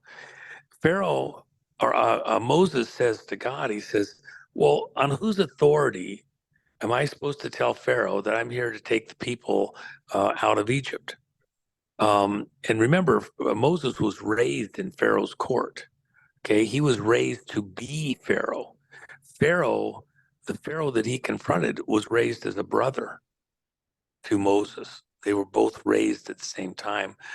And so he's confronting his brother that he was raised with, saying, God told me to come get his people and lead them out of Egypt.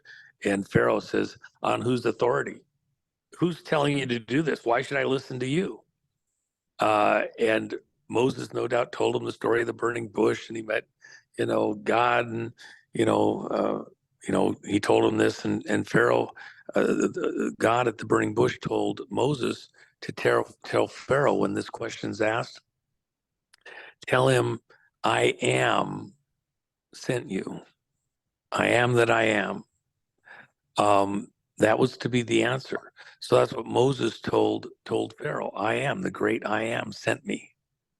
No beginning, no end. He is the God of all the gods. Egypt had gods everywhere. In fact, the 10 plagues were each a plague of one of the gods that the Egyptians worshipped.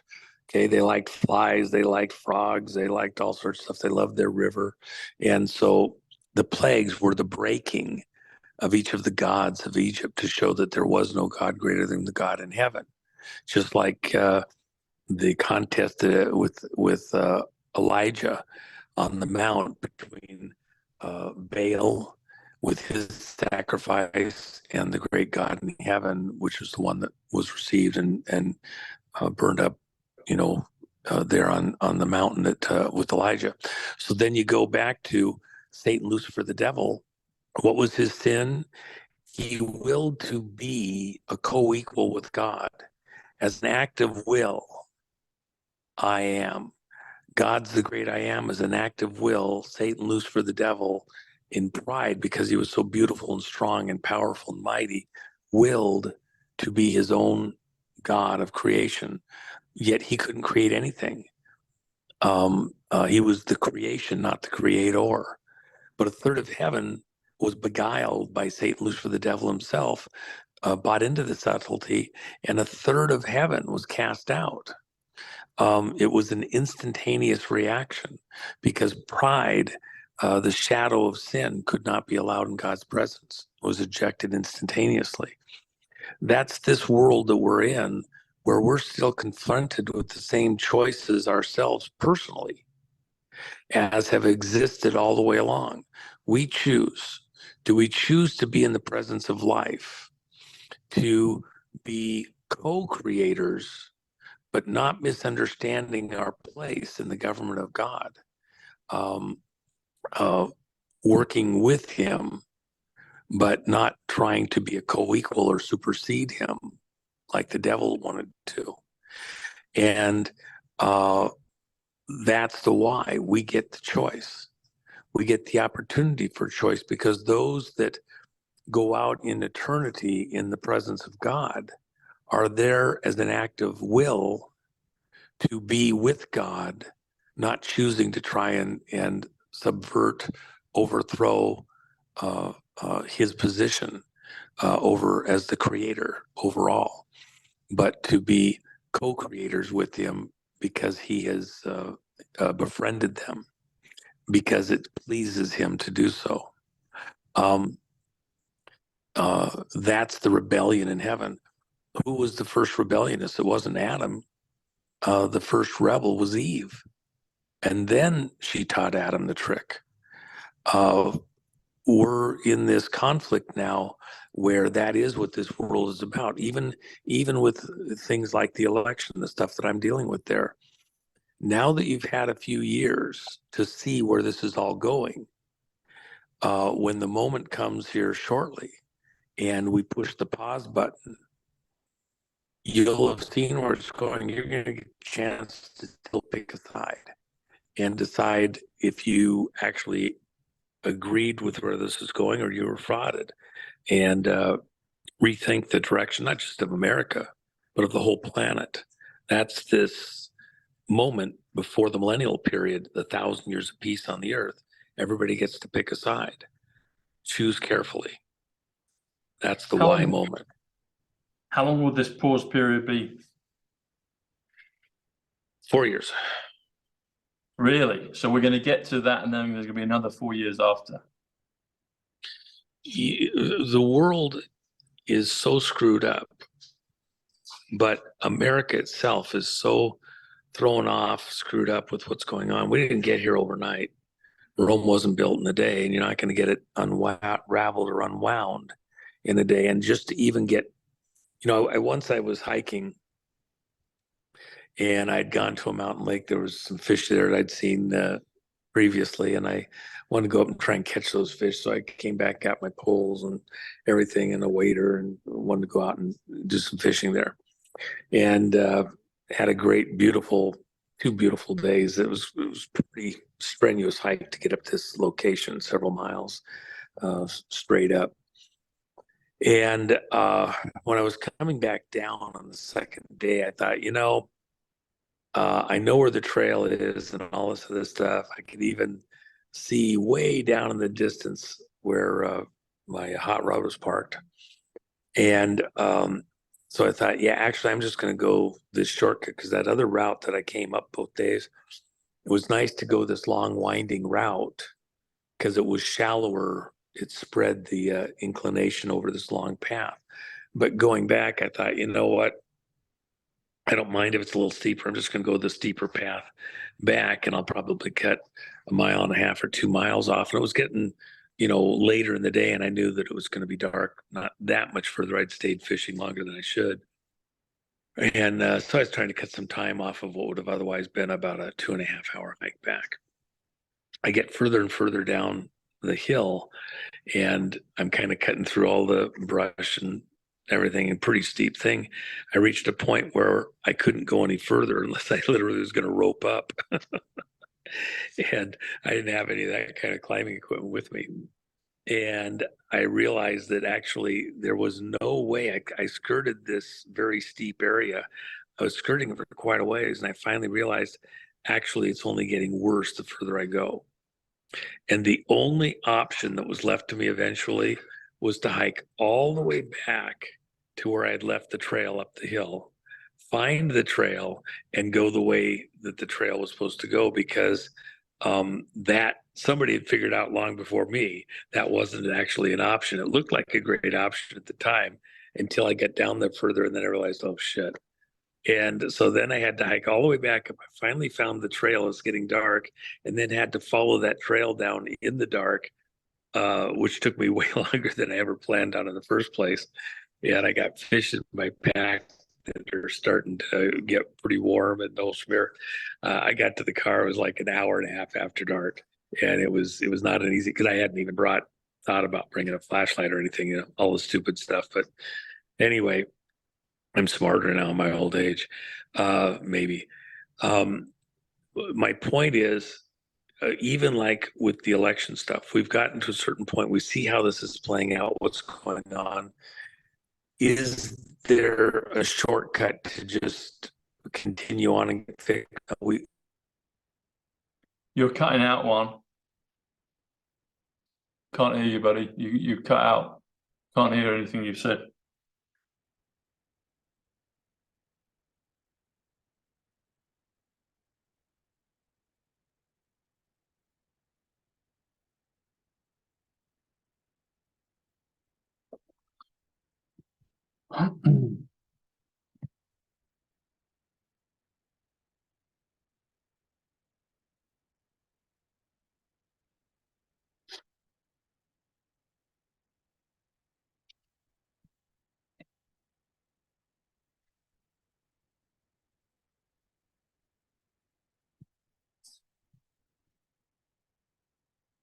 There he's gone.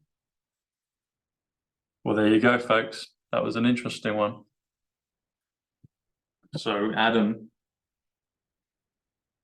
was a glorified AI until he had the opportunity to make a sovereign choice by being given the choice of, well, I guess by being paired with Eve and having sin, or the possibility for sin entering into the world death. That's my question. Why? Why did we agree to all this? I think we're all fundamentally at some level with God. But that's the question. Why did we agree to this? That's the riddle. Okay. He's coming back in.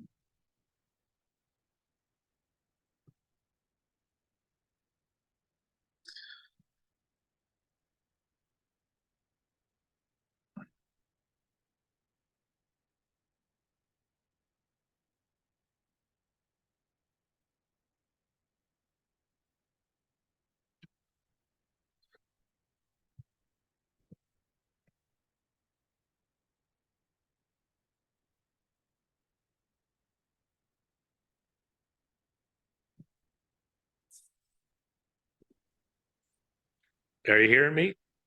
Can hear you, yeah. Okay, let's see. Okay, now can you hear me? Yep, can hear you. All right, sorry about that. I killed my phone, obviously, so I didn't expect to be on this long. But anyway, where did I I leave didn't off? either, but we've we've let it roll, so yeah. Where did I leave off there? Where did it kill? Not sure.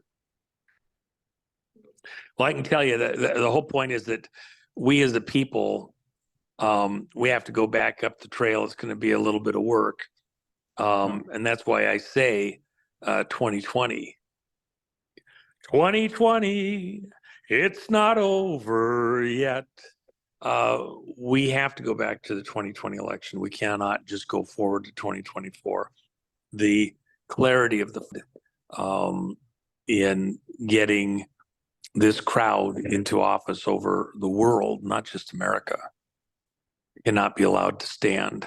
And you now see where they would take us, what that looks like.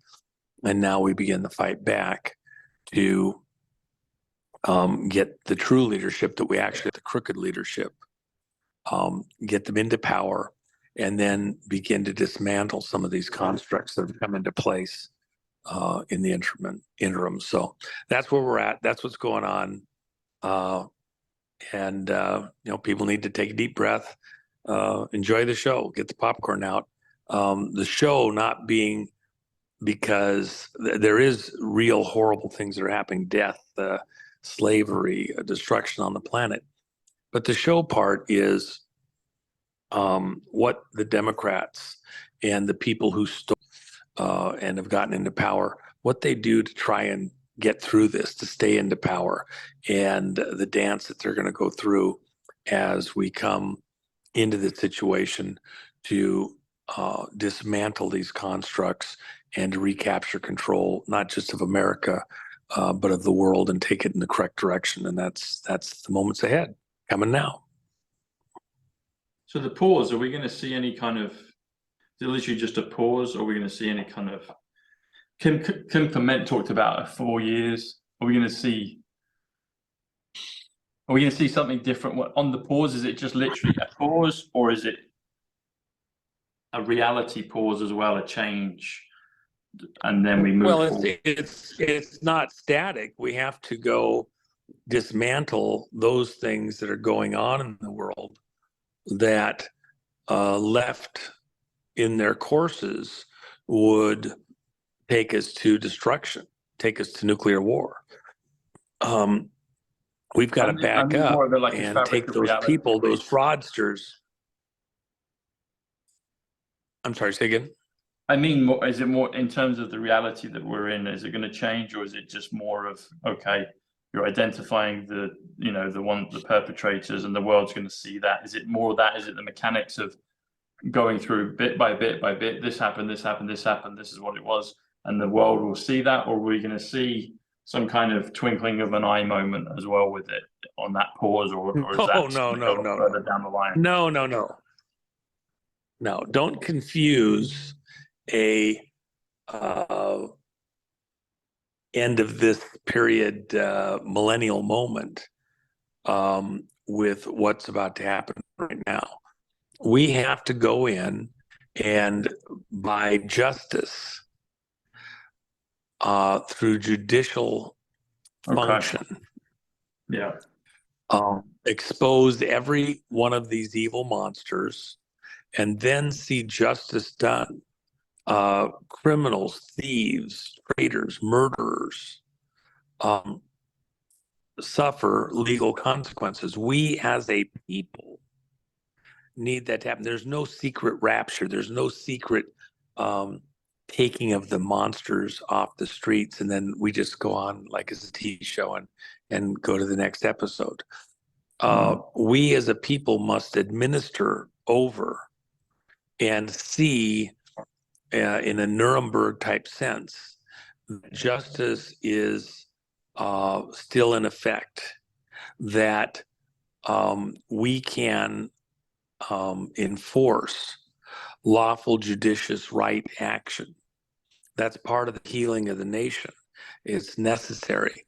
And so we will, as a people, administer before the whole world from here in America that evil is addressed, that wickedness, that criminality, that the elections, those that took America and turned it off course, that stole the helm of the ship, are themselves thrown in the brig and then meted out justice. It's part of the cleansing of the soul of America. It must happen. It will happen. It is happening right now. Whether you see it or understand it or not, it's in play and it is happening.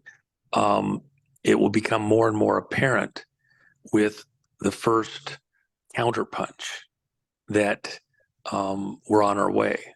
And in order to have this redemptive moment. There must be, there must be a justice moment in America, and we will have that. It's not going to be simple, and it is a fight. When Ali stopped with his rope-a-dope and began going back into engaging the enemy or the opponent directly, he was throwing punches. He was still protecting, but he was being surgical. He was being precise, and he began to dismantle his opponents. Did he not get any more blows after that? No, he took some hits. Believe you me, he took some hits. But that's the moment we're in.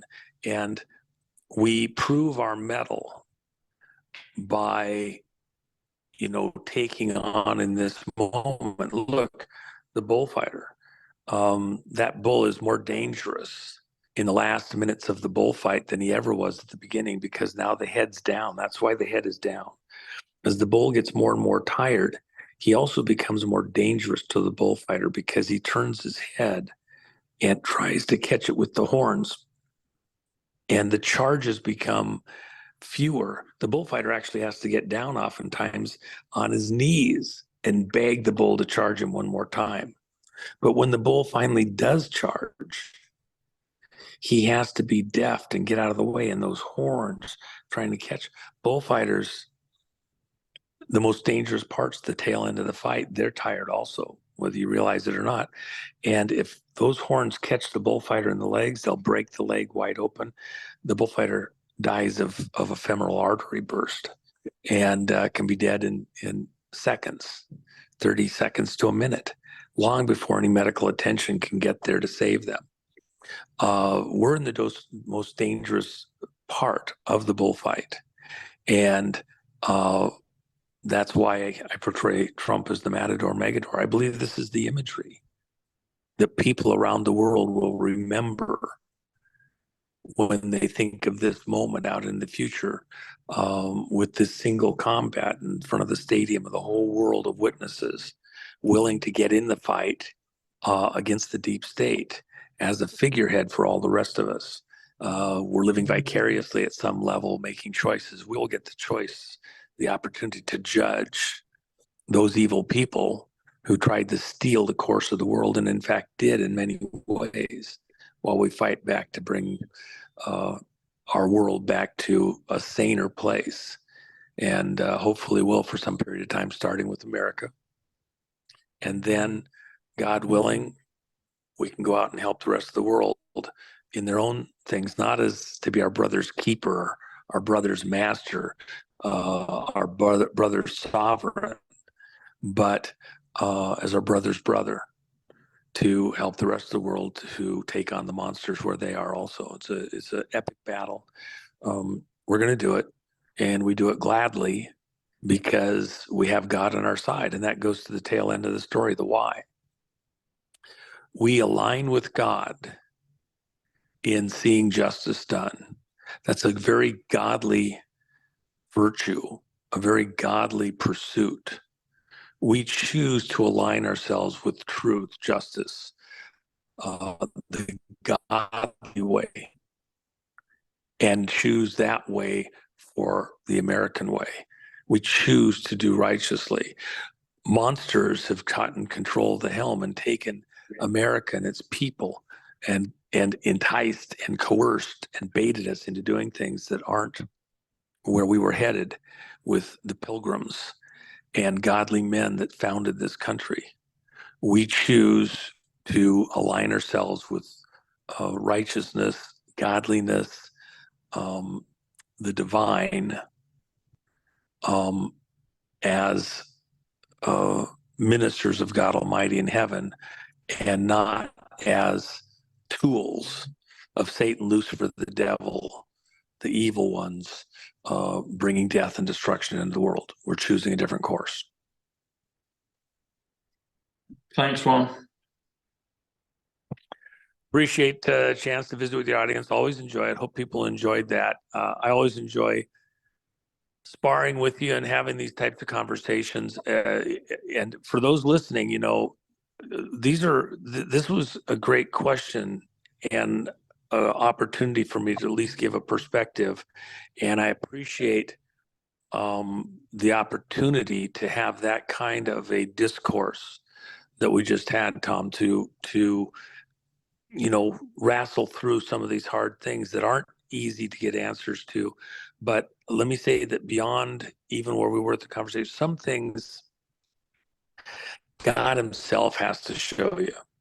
It's inside your heart and your soul. Some questions aren't easy to get answered to a person's personal satisfaction. Even in this situation, you may wrestle with still kind of going through the mechanics of what I just shared and like that. Ultimately, those answers sometimes can only come from God himself. Christ asked the apostles, the dozen, he said, as they're walking between cities, who do men say that I am?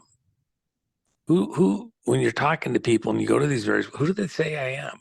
You're talking with them. What do they say? And one of the apostles says, some say that you're John the Baptist reincarnated. Well, wait a minute. I mean, John the Baptist lived and died during the same time Christ did, so it couldn't be reincarnated. But okay, so some people are saying that it's wonky, but okay. Then others said that you're Elijah reincarnated, this great prophet in the Old Testament going against Baal and Moloch and calling down fire from heaven and droughts and all sorts of things. And so Christ says, well, okay, that's interesting. But then a little later, he had the transfiguration up on the mountain, and there's Moses and Elijah, and he's counseling with them, and the apostles see it. So he's not Elijah because he's a separate entity. But then he turns to Peter. Christ turns right straight to Peter, and he says, who do you say that I am? Right there in the presence of all the rest of the apostles as they're walking along the road, talking. And Peter says, you're the Son of God, God incarnate, okay, the Messiah, come to reconcile man with God in some amazing way, the Messiah, the one that was foretold by all the prophets, whether it be John the Baptist or Elijah. Christ says to Peter in response, flesh and blood hath not revealed this to you, but the Spirit of God himself. God revealed this truth to you. There's some truths that no matter how much men may try to articulate it, discuss it, sort it out, figure it out, some things, just like Paul on the Damascus Road, a Jew's Jew, knew all the law, knew all the prophets, knew all the scriptures. A Roman's Roman, which Roman law was a very big thing. He's a Roman citizen. He was a very elite person within society. And yet Christ himself had to meet him in the road, the Damascus Road. Why are you kicking at me? Why are you tormenting my people, my church? And Paul, for all the world, believed he was doing exactly what God wanted him to do. He thought he was more righteous than anybody. He was persecuting these people because they were out of step with the scriptures as he understood them. He was a very learned man. He felt totally justified to do everything he did because he was doing the will of God. But he was wrong. And in this encounter, the scales fell from his eyes. That which had obscured his vision through a glass darkly. Imagine seeing through scales and the distortion and the color, the rainbow that comes through the scales, the serpent scales, etc.